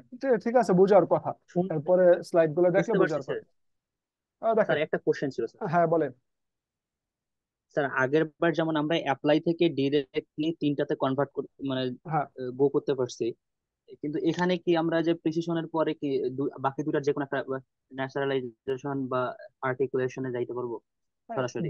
যাইতে পারি তবে ওই আর্টিকেল যদি আমি ন্যাচারালাইজেশনে যাইতে চাই যে বডি আমার বডি সিচুয়েশন অনুসারে অ্যাক্ট করা শুরু করবে। এই ফ্লেক্সিবিলিটিটা কখন আসবে? এই ফ্লেক্সিবিলিটিটা আসবে আমি বিভিন্ন সিচুয়েশন হ্যান্ডেল করতে পারার দক্ষতা থেকে আসবে। তাহলে এইটা আমি হয়তো বা একটা সময় পরে কি আমি বুঝবো না যে আমি ইমিটেশন, ম্যানিপুলেশন, প্রিসিশন, আর্টিকুলেশন এগুলা করতেছি। আমি দেখতেছি আমি যাই করতেছি না কেন সবকিছু আমার ন্যাচারালি হইতেছে। ন্যাচারালি হইতেছে কেন? কারণ বিভিন্ন সিচুয়েশন আমি পার করে আসছি, যার কারণে আমার এগুলো আসতেছে। এগুলা যে আমি ওই ধরে ধরে কমপ্লিট করে আসছি তাও না ওই হইতে পারে। ডিরেক্টলি হয়তো বা আমার মনে হইতে পারে আমার প্রিসিশনের পরে আমি ন্যাচারালাইজেশনে চলে আসছি। প্রিসিশন ন্যাচারালাইজেশন যেটাতে আসছে না কেন প্রথম দিকের এগুলা তো একেবারে লোয়ার লেভেল গুলো কমপ্লিট করা লাগে। লোয়ার লেভেল কমপ্লিট করা বাদে তো আর ন্যাচারালাইজেশন আসে না। লোয়ার লেভেল আপনি অবজার্ভ করেন নাই বা দেখেন নাই, না দেখে তো আপনি ডিরেক্টলি আপনি চিন্তা করলেন যে আপনি কোনোদিন ক্রিকেট খেলেন নাই, আপনি মাঠে নাই বা গিয়ে হচ্ছে একটার পর একটা উইকেট ফেলাই দিচ্ছেন, একটার পর একটা ছয় মারতেছেন, বাংলাদেশের খেলা চলতেছে না? জি স্যার, বাংলাদেশে খেলা চলতেছে। হ্যাঁ চলতেছে। এখন আপনারা মাঠে নামাই দিল, তাসকিন খেলতে পারে না, আপনারা মাঠে নামাই দিল, আপনি একটার পরে একটা উইকেট পেয়ে গেছেন। এটা তো আর হবে না। হবে কখন? যে আপনি আগে একজনকে দেখে শিখছেন কিভাবে বল করা লাগে। এরপরে আপনার কোচ, এখনকার আপনার কোচ হয়তো ইনস্ট্রাকশন দিতেছে এই সময় এইভাবে বল করতে হবে। আমার প্রথম দিকে কিভাবে করা লাগবে, এতবারে কিভাবে করা লাগবে, ওই ইনস্ট্রাকশন হয়তো আপনার পাঠাইতেছে। এরপরে বডি অ্যাক্ট করা শুরু করছে যে ব্যাটসম্যান এই মুভমেন্টে এই সিচুয়েশনে আসে, সে মারার জন্য আছে, এখন আমার কোন বল করা লাগবে। এটা হয়তো বা একটা সময় পরে বডি রিয়াক্ট করা শুরু করবে, সে হয়তো বা চিন্তাও করবে না যে আমি এই বল করা লাগবে। মানে এইটা হচ্ছে আমার ন্যাচারালাইজেশন। এগুলা যে একেবারেই যে স্টেপ বাই স্টেপ ফলো করা লাগে, অনেকে বেশিরভাগ ক্ষেত্রে স্ট্রাকচারটা হচ্ছে স্ট্যান্ডার্ড স্ট্রাকচার। কিছু কিছু ক্ষেত্রে কয়েকজন মনে করে যে না আমার হায়ারার্কি ফলো করবো না, হায়ারার্কি ফলো বাদে হয়ে যায়। হায়ারার্কি ফলো বাদে যদি হয়ে যায় তাহলে তো হয়ে গেলই, যদি না হয় তাহলে আমরা একটা স্ট্যান্ডার্ড ফলো করে আপনাদের শিক্ষা লার্নিংটাকে অ্যাচিভেবল করার জন্য আমরা এই স্ট্যান্ডার্ড গুলো ফলো করি। যে বলা হয়েছে এই স্ট্যান্ডার্ড গুলো ফলো করলে ন্যাচারালাইজেশন আসবে। ঠিক আছে? জি স্যার। আর কেউ একজন জি হ্যান্ড স্যার, রাইজ বুঝতে করছেন? পারছি। হ্যাঁ বলেন, কেউ একজন হ্যান্ড রাইজ করছিলেন। স্যার, স্যার আমি বলছিলাম যে স্যার হ্যাঁ এটা আমি একটু ইনসাইট শেয়ার করতে চাই যে স্যার বিষয়টা কি অনেকটা এরকম যে স্যার আমি যখন একদমই নতুন একটা ফিজিক্যাল স্কিল শিখতে চাচ্ছি তখন আমাকে হচ্ছে এই অর্ডারটা মেনটেন করতে হবে, বাট যখন আমি ধরেন স্যার সিমিলার একটা স্কিল অ্যাচিভ করতে হ্যাঁ চাই, যেমন ধরেন স্যার আমি হকি খেলতে যাই বা তাহলে আমি আইস হকি খেলতে গেলে আবার হকির স্কিল গুলোকে আমি ইমপ্লিমেন্ট করতে পারবো, হ্যাঁ বিষয়টা কি অনেকটা এইরকম? হ্যাঁ যে আপনি যে সময় হকি খেলতে গেছেন, আইস হকি খেলতে গেলে আপনার ওই হকি নলেজ গুলো আছে, এই জন্য আপনি ডিরেক্টলি হয়তো বা এই ইমিটেশন, ম্যানিপুলেশন, প্রিসিশন লাগতেছে না। ডিরেক্টলি আপনার মনে হইতেছে আমি তো আর্টিকুলেশনে চলে আসছি, ন্যাচারালাইজেশন চলে আসছি। কেন আসছি? কারণ ওই নলেজ গুলো আমি সিমিলার ক্ষেত্রে অ্যাচিভ করে আসছি। কিন্তু একেবারেই যে সময় নতুন ফিল্ডে গেছে, এইটা আমাদের শেখানোর প্রসেস। যে সময় নতুন ফিল্ডে গেলে তাকে আগে আমি দেখাই দিব, এই অনুসারে সে অ্যাক্ট করবে, আমি গাইডেন্স দিব। এরপরে সে এই কাজটাই বারবার রিপিট করার কারণে সে প্রিসিশন অর্জন করবে, একুরেসি বাড়াবে। এরপরে বিভিন্ন সিচুয়েশনে তাকে দিয়ে এটা প্র্যাকটিস করানো হবে। তারপরে তার বডি অ্যাক্ট করা শুরু করবে। এটা সিমিলার ক্ষেত্রে, এরপরে সিমিলার ক্ষেত্রে হয়তো বা এই অর্ডার গুলো মেনটেন করা নাও লাগতে পারে। স্যার আমি এই আগের জনের কোশ্চেন থেকে আরেকটা কোশ্চেন হ্যাঁ করতে চাই। হ্যাঁ বলেন। স্যার ও ও আগের হ্যালো, মিউট হয়ে গেছেন। স্যার, হ্যাঁ বলেন। স্যার শুনতেছেন? হ্যাঁ হ্যাঁ স্যার আগের জন বললো যে হকি খেলাটা ফিল্ডে হকি খেলা এবং আইস হকি খেলার মধ্যে এবং আর্টিকুলেশনে। স্যার আমি যদি এখন ডিফারেন্ট ওয়েতে যাই, মনে করেন আমি পাহাড়ে সাইকেল চালাইতে যাচ্ছি আর একটা আমি এমনি সাধারণ রাস্তায় সাইকেল চালাতে যাচ্ছি, তাহলে তো স্যার আগের তিনটা ধাপ ওটা তো আমার ঠিক থাকবে, দেন পরের হ্যাঁ দুইটাতে আসে ডিফারেন্ট হবে না? হ্যাঁ কারণ পাহাড়ে সাইকেল চালাইতে যাইতেছে, তাহলে এইটা কোন সিচুয়েশন, নতুন একটা সিচুয়েশনে গেছেন। তাহলে পাহাড়ে সাইকেল চালাইতে গেছেন কি আপনার রাস্তায় সাইকেল চালানো না শিখে পাহাড়ে সাইকেল চালানো শিখতে পারবেন? না স্যার। তাহলে এই যে প্রিসিশনটা আপনার একুরেসিটা বাড়াইছিলেন, এরপরে নতুন সিচুয়েশনে আপনি গেছেন, এই যে নতুন সিচুয়েশনে আপনি পাহাড়ে সাইকেল চালানো গেছেন, নিউ সিচুয়েশনে এখন আপনি আর্টিকুলেশনে গেছেন। এরপরে এই যে বিভিন্ন সিচুয়েশনে আপনি অ্যাক্ট করা শুরু করছেন, এইটারও একুরেসি বাড়লে আপনার ন্যাচারালাইজেশন চলে আসবে অটোমেটিক্যালি, কোনো ইফোর্ট তাহলে স্যার, বাদে কোনো চিন্তা ভাবনা বাদে চলে আসবে। হ্যাঁ, এখন স্যার যদি নতুন থিংসে যাই, সাইকেল ছেড়ে যদি মোটর সাইকেল চালাতে যাই, তখন তো স্যার আবার প্রথম থেকে শুরু করতে হবে, তাই না? প্রথম থেকে সাইকেল থেকে মোটর সাইকেল চালাইতে হয়তো বা আপনাকে আগের মতো ইমিটেশন করা লাগবে না, অবজার্ভ করে কপি করে এটা হয়তো বা আপনার লাগবে না, আপনি ম্যানিপুলেশন ইনস্ট্রাকশন দিলে কাজ করতে পারে। কারণ যদি মোটামুটি সিমিলার থাকে তাহলে আপনার এই নলেজ গুলা পার হইতে কম সময় লাগবে। এইটা প্রথম দিনে সাইকেল চালানোর সময় আপনাকে এটা হয়তো বা 3 দিনে লাগছিল, এটা লাগছে ধরেন যে 2 দিন। এরপর আপনি সাইকেল চালাইছেন 10 দিন ধরে। আবার যে সময় আপনি এখন মোটর সাইকেল চালাইতে গেছেন, এখন হয়তো বা এটা আপনি 4 ঘন্টায় শেখা ফেলছে, এটা হয়তো বা 2 ঘন্টা হয়ে গেছে, ইনস্ট্রাকশন দিছে। এটা একুরেসি হয়তো বা আপনি আর 2 দিন চালানোই হয়ে গেছে। তাহলে এই যে এই নলেজ গুলা যে আপনি আগে পাইছেন, এইটা আপনাকে হেল্প করছে এই ক্ষেত্রে। আগে যে সময় লাগছে এই সময়টা কমাই নিয়ে আসছে। আপনি ওই সেম প্রসিডিউর গুলাই পার করে গেছেন, কিন্তু সময়টা আগের চেয়ে কম লাগতেছে। জি স্যার, বুঝতে পারছি। Thank you, sir. ঠিক আছে, এরপরে আসেন যে এটা আমাদের লাস্ট, এটা বলতে আমাদের বোঝায় যে ব্লুমস ট্যাক্সোনমিতে আমাদের 3টা ডোমেন, একটা হচ্ছে থিঙ্কিং স্কিলের সাথে রিলেটেড, একটা ফিজিক্যাল অ্যাক্টিভিটির সাথে রিলেটেড, আর একটা হচ্ছে ইমোশনের সাথে রিলেটেড বা ফিলিংস এর সাথে রিলেটেড, বা আমি চিন্তা করতে পারি কিনা এটা পজিটিভ হবে না নেগেটিভ হবে, এইগুলার সাথে রিলেটেড। আমার ইমোশনের সাথে রিলেটেড, এনথুজিয়াজমের সাথে রিলেটেড, অ্যাটিটিউডের সাথে রিলেটেড, অ্যাপ্রিসিয়েশনের সাথে রিলেটেড, এটা হচ্ছে আমার আরেকটা ডোমেন। এটাকে আমরা বলি হচ্ছে এফেক্টিভ ডোমেন, এটা হার্টের সাথে রিলেটেড। যেরকম আমি এখন ক্লাস নিতেছি, আপনার কাজ কি? আপনার ক্লাসটা ঠিক মতো বোঝা, ঠিক মতো মনোযোগ দেওয়া, যে আমি যা বলতেছি এটা আপনি ঠিক মতো মনোযোগ দিতেছেন কিনা, রিসিভ করতেছেন কিনা। যদি রিসিভ করেন ঠিক মতো, তাহলে ওইটা হচ্ছে সবচেয়ে লোয়ার লেভেল এফেক্টিভ ডোমেন, মানে রিসিভিং। রিসিভিং স্টেজে আছেন, আমি যা বলতেছি এটা রিসিভ করতেছেন, আমি যা বলতেছি এটা বুঝতেছেন, এটা বুঝার চেষ্টা করতেছেন। যে অনেকেই ওই যে বাংলাদেশের খেলা চলতেছে, খেলা দেখতে চলে গেছে, ওই যে আমার পাশের রুমে চিল্লাচিল্লি করতেছে, তো আমি যদি ক্লাস বাদ দিয়ে চলে যাই, তাহলে এইটা আমি এই ভ্যালুটা দিতেছি না, যে অ্যাটেনশন দেওয়া লাগবে, এই অ্যাটেনশনটা আমি দিতেছি না। তাহলে এটা আমি শুরুতেই আমার অ্যাটিটিউডের মধ্যে প্রথমটাই হচ্ছে আমার অ্যাটেনশন দিতে হবে। আমি যে পড়াইতেছি, আমি আপনাকে পড়ানোর মধ্যে থাকানো লাগবে, এই অ্যাটেনশন দিতে হবে। আপনি যে ক্লাসটা করতেছেন, ক্লাসে মনোযোগ দিবেন, আমি যে ইনফরমেশন দিতেছি এই ইনফরমেশনটা রিসিভ করার মতো অ্যাটিটিউড আপনি দেখান। তাহলে এইটা হচ্ছে আমার রিসিভিং লেভেল। এরপরে কি, আমি যা বলছি, যা ইনফরমেশন দিচ্ছি, এটা নিয়ে আপনি চিন্তা করতেছেন, চিন্তা করে হয়তো বা আপনার বন্ধুর সাথে ডিসকাস করতেছেন। এই যে মাঝে মাঝে আমি যা বলতেছি আপনি রিসিভ করতেছেন, যার কারণে তো আপনি কোশ্চেন করতে পারতেছেন। আমি যা বলতেছি এটা যদি আপনি না শুনতেন, আপনি কোশ্চেন করতে পারতেন, আপনি আমার সাথে ডিসকাশনে না স্যার। জয়েন করতে পারতেন। এর মানে আপনি রিসিভ করছেন, এরপরে রেসপন্স করছেন। তাহলে রেসপন্সটা হচ্ছে রিসিভ করার পরে। রেসপন্স করছেন মানে ডিসকাশন ফোরামে, ডিসকাশনের মধ্যে আপনি অ্যাটেন্ড করতে পারছেন, অ্যাক্টিভ পার্টিসিপেশন অফ লার্নিং। আপনি লার্নিং এর অ্যাক্টিভ পার্টিসিপেশন, অ্যাক্টিভ নাম্বার হিসেবে আছে। এরপরে এই যে আমি যা শিখাইলাম, আউটকাম বেসড এডুকেশন নিয়ে কথা বলতেছি, ব্লুমস ট্যাক্সোনমির কথা নিয়ে বলতেছি, এইটা কেন দরকার? এইটা উপরে আপনি আরো কাজ করতে চাইতেছেন, এইটাকে আপনি ভ্যালু দিতে চাইতেছেন। তারপর হয়তো আমি আপনাকে দিব কিছু কাজ দিব, ওইটার উপর আপনি ফিডব্যাক দিবেন।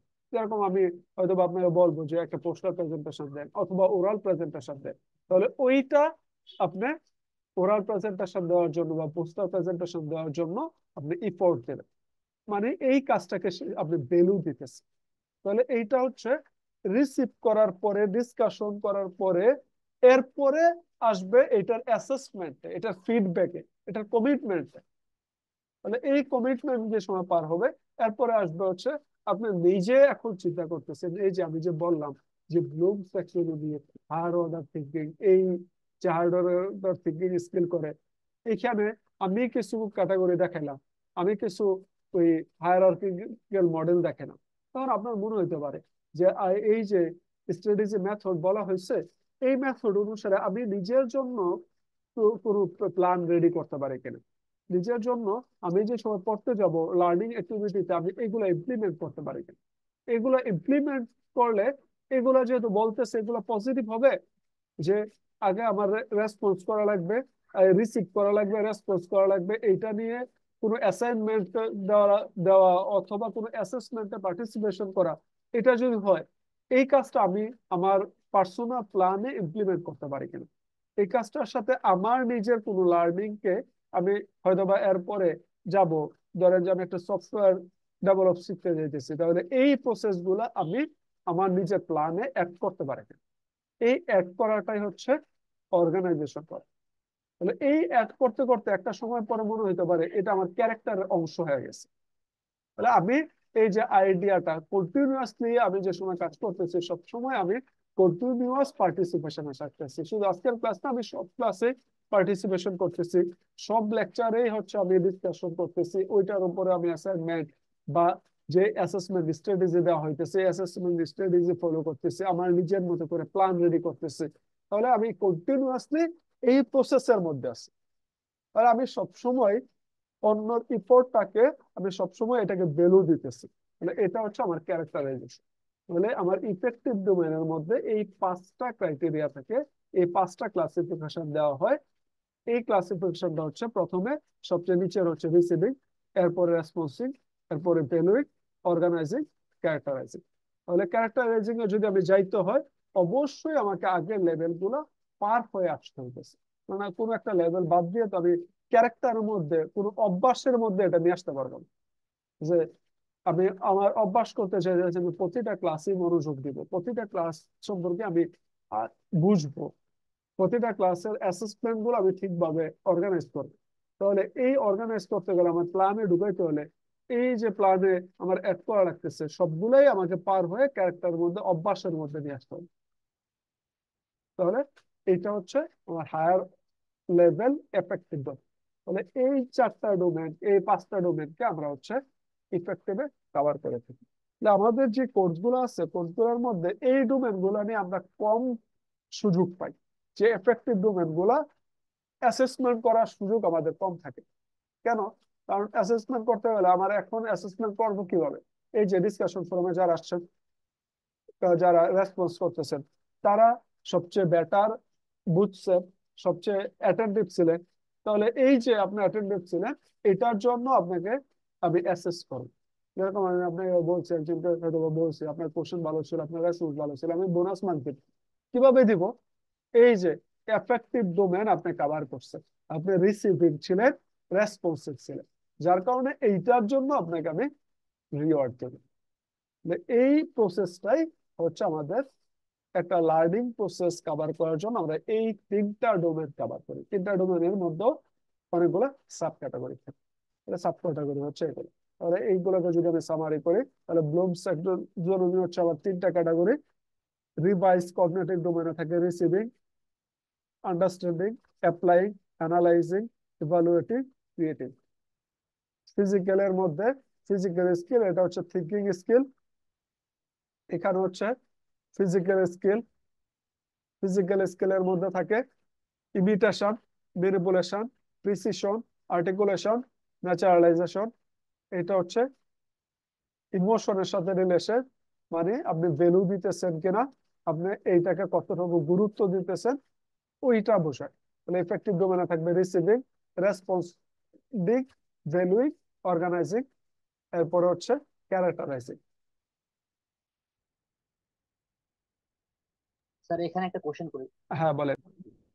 তো এইখানে যদি আমি হচ্ছে যে ইন্টারকানেকশন গুলো দেখাই, তাহলে আমি দেখাই দেব, যদি আমি নিউক্লিয়ার পাওয়ার প্ল্যান্টের কথা দেখি, নিউক্লিয়ার পাওয়ার প্ল্যান্ট আমি দেখবো, প্রথমে আমার দেখা লাগবে নিউক্লিয়ার পাওয়ার প্ল্যান্টে নিউক্লিয়ার রিয়াকশন গুলা কিরকম ভাবে ঘটে, এগুলা সম্পর্কে আমার প্রথমে নলেজ দেওয়া লাগবে। আমি হয়তো নিউক্লিয়ার রিয়াকশন, নিউক্লিয়ার ফিউশন কি, নিউক্লিয়ার ফিউশন কি, এইগুলা শুধু ডেফিনেশন গুলো ভালো বুঝলাম।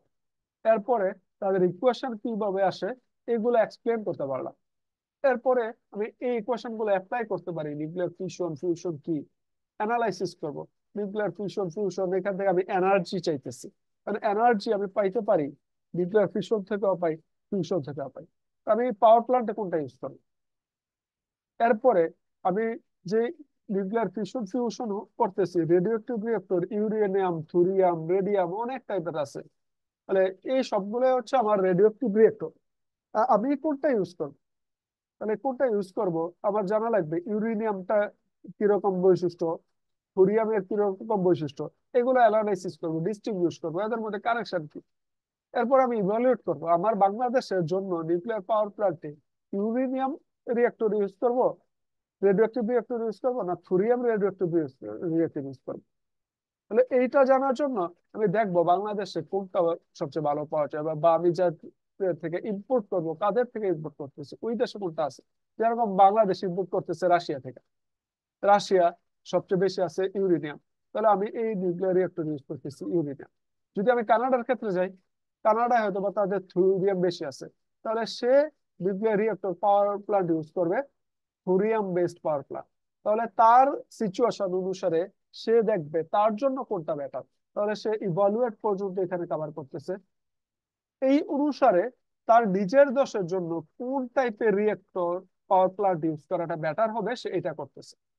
যেরকম আমরা হয়তো বা বা বাংলাদেশ যেরকম করতেছে, বাংলাদেশ একটা বিবিআর রিঅ্যাক্টর ইউজ করতেছে, বিবিইআর, খুব সম্ভবত বিবিইআর না বিবিআর 1200, এই টাইপের পাওয়ার প্ল্যান্ট ইউজ করতেছে।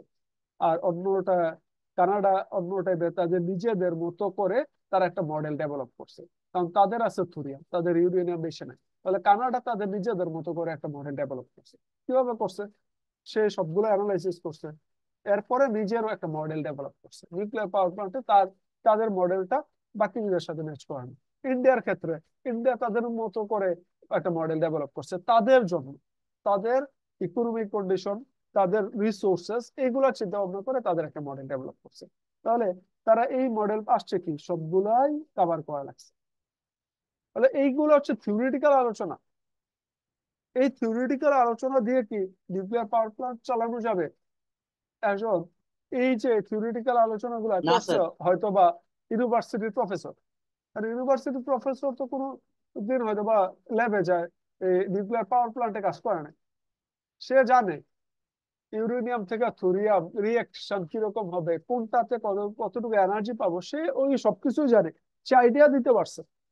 তো সে তারেকে যদি আমি একটা পাওয়ার প্ল্যান্টে দিয়ে আসি, সে তো কাজ করতে পারবে না। কারণ কাজ করতে পারার জন্য তার দরকার কি, তার এই থিঙ্কিং এর সাথে সাথে তার হাত, তার ফিজিক্যাল স্কিল থাকা লাগবে। ফিজিক্যাল স্কিল পাইতে হলে তাকে সেম ভাবে ফিজিক্যাল স্কিল, এই যে নিউক্লিয়ার রিয়াকশন ঘটানোর জন্য কিভাবে কি রিয়াকশন গুলো ঘটাবে, তাহলে রিয়াকশন ঘটানোর জন্য তাকে এই যে প্রথমে ইমিটেশন করা লাগবে, ম্যানিপুলেশন করা লাগবে, ফিজিক্যাল স্কিল বাড়াইতে হবে। ফিজিক্যাল স্কিল বাড়ানোর জন্য ম্যানিপুলেশন আর ম্যানিপুলেশন ন্যাচারালাইজেশন সবগুলো আসা লাগবে। তাহলে যদি তার সবগুলো আসে, তাহলে সে এখন তার থিওরিটিক্যাল নলেজও আছে, ফিজিক্যাল স্কিলও আছে। তাকে এখন আমি ইঞ্জিনিয়ার হিসেবে নিউক্লিয়ার পাওয়ার প্ল্যান্টে নিউক্লিয়ার ইঞ্জিনিয়ার হিসেবে তাকে পাওয়ার প্ল্যান্টে দিতে পারবো।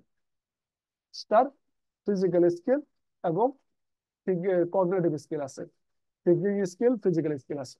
আর নিউক্লিয়ার পাওয়ার প্ল্যান্টে সে এনার্জি পাইছে। এই এনার্জি নিউক্লিয়ার পাওয়ার প্ল্যান্টে এনার্জিটা সে কোন কাজে ইউজ করবে, কোন কাজে ইউজ করবে? এটা কি সে ইলেকট্রিসিটি প্রডিউস করার জন্য ইউজ করবে, নাকি বোমা বানানোর জন্য ইউজ করবে? তাহলে এইখানে আমার ইমোশনটাও খেয়াল করা লাগবে, ফিলিংসটাও দেওয়া লাগবে, যে তুমি যে সময় কাজ করবা, তুমি দেশকে সেভ করা লাগবে, তুমি দেশের জন্য কাজ করা লাগবে, তুমি সমাজের জন্য কাজ করা লাগবে, সমাজের বেটারমেন্টের জন্য কাজ করা লাগবে, সমাজের ধ্বংসের জন্য কোনো কাজ করা যাবে না। যদি সে এই ইমোশনটা তার না থাকে, এই ফিলিংসটা যদি তার না থাকে যে তার পজিটিভ কিছু করা লাগবে, তাহলে সে কি করবে? সে হিরোশিমা নাগাসাকির মতো দুইটা বোমা বানায় দুইটা উড়াই দিবে। তাহলে তার এইখানে আমার এফেক্টিভ ডোমেনটাকেও দিয়ে দিতে হবে। তাহলে এফেক্টিভ ডোমেনটাকে যদি আমি দিয়ে দিই, তাহলে দেখা যাবে তার এইটা থেকে আমি সবচেয়ে ভালো আউটপুট পাবো, যে তার তার থিঙ্কিং স্কিল আছে, তার ফিজিক্যাল স্কিল আছে, তার ইমোশনাল স্কিল আছে, তার ইমোশনাল ডোমেন গুলো সে কভার করছে। তাহলে এই কারণে হচ্ছে আমরা এই তিনটা ডোমেনকে বলি লার্নিং এর জন্য তিনটা ডোমেন কভার করা লাগে। তিনটা ডোমেনে কোনটাতে কতটুকু কভার করবো এটা আমাদের, কিন্তু সবগুলাতে আমার টার্গেট থাকে সবচেয়ে হায়ার পর্যন্ত যাওয়া। যেরকম নিউক্লিয়ার পাওয়ার প্লান্টে যে অনেকগুলাই হচ্ছে সিকিউরিটি কনসার্ন থাকে, যেরকম রাশিয়া বা হচ্ছে কানাডা, তারা চায় না নিউক্লিয়ার পাওয়ার প্লান্টে বাইরের দেশের কেউ একজনকে চাকরি দিতে, কারণ ওইখানে তাদের নিজেদের কিছু ইন্টারনাল হিসাব নিকাশ থাকে, ইন্টারনাল কাজকর্ম থাকে। অন্য দেশের কেউ যদি আসে সিকিউরিটি কনসার্ন থাকে, যে সে এটা কি পজিটিভ নিবে না নেগেটিভ নিবে, এটাকে পাস করে দিবে কিনা, এই কনসার্টের জন্য ওইখানে নিতে চায় না। এখানে সে কিন্তু ভালো ইঞ্জিনিয়ার, হয়তো বা রাশিয়ায় সে নিউক্লিয়ার ইঞ্জিনিয়ার হিসেবে গেছে, তার বাড়ি হচ্ছে ইন্ডিয়া, সে তার থিওরিটিক্যাল নলেজ খুবই ভালো আছে, তার প্র্যাকটিক্যাল নলেজ খুবই ভালো আছে, কিন্তু তাকে নিবে না কেন? কারণ তারা দেখবে এই যে ইন্ডিয়ান যে একজন আছে, সে তাদের ফিলিংস এর সাথে, তাদের ইমোশনের সাথে অ্যাটাচড না, রাশিয়ার ইমোশনের সাথে অ্যাটাচ না। রাশিয়া হয়তোবা নিউক্লিয়ার বোমা জন্য সে বানাইতে পারে, অনেক বোমাই বানাইতে পারে, তাহলে এই বোমা বানাইতেছে সে যুদ্ধক্ষেত্রে বাঁচার জন্য, কিন্তু ইন্ডিয়ান যে, সে বলবে দুনিয়া ধ্বংস করার জন্য বানাইতেছে। তাহলে এই রাশিয়ার ফিলিংস এর সাথে ইন্ডিয়ানের ফিলিংস মিলে না, ইমোশন মিলে না, তাহলে এই জন্য তাকে ওই জায়গায় যেতে দিবেন। আবার অনেক ক্ষেত্রে বেটারমেন্টের জন্য ইউজ করবে। কেউ একজন হয়তো বা ঢুকছেই, ঢুকতেই চাইতেছে ইন্ডিয়ান বা নিউক্লিয়ার পাওয়ার প্লান্টে, হয়তো বা ঢুকতেই চাইতেছে ইন্ডিয়া নিউক্লিয়ার পাওয়ার প্লান্টে ঢুকতে চাইতেছে, এই চিন্তা করে যে তারা এইখানে তাদের আউটপুট কি, এই অনুসারে হয়তো বা সে গুপ্তচর হিসেবে কাজ করতে চাইতেছে। তাহলে তার ইমোশনটা এখানে ইন্ডিয়ান ইমোশনের সাথে ম্যাচ করবে না, তাহলে এই জায়গায় সে চাবে না এরকম কেউ নিয়ে আসতে, যেটা তার ইনস্টিটিউটের সাথে যায় না, তাদের দেশের ইনস্টিটিউটের সাথে যায় না। যার কারণে আমাদের এই তিনটা ডোমেনকে কভার করতে হবে। লার্নিং এ আমরা এই তিনটা ডোমেনকে কভার করতে চাই।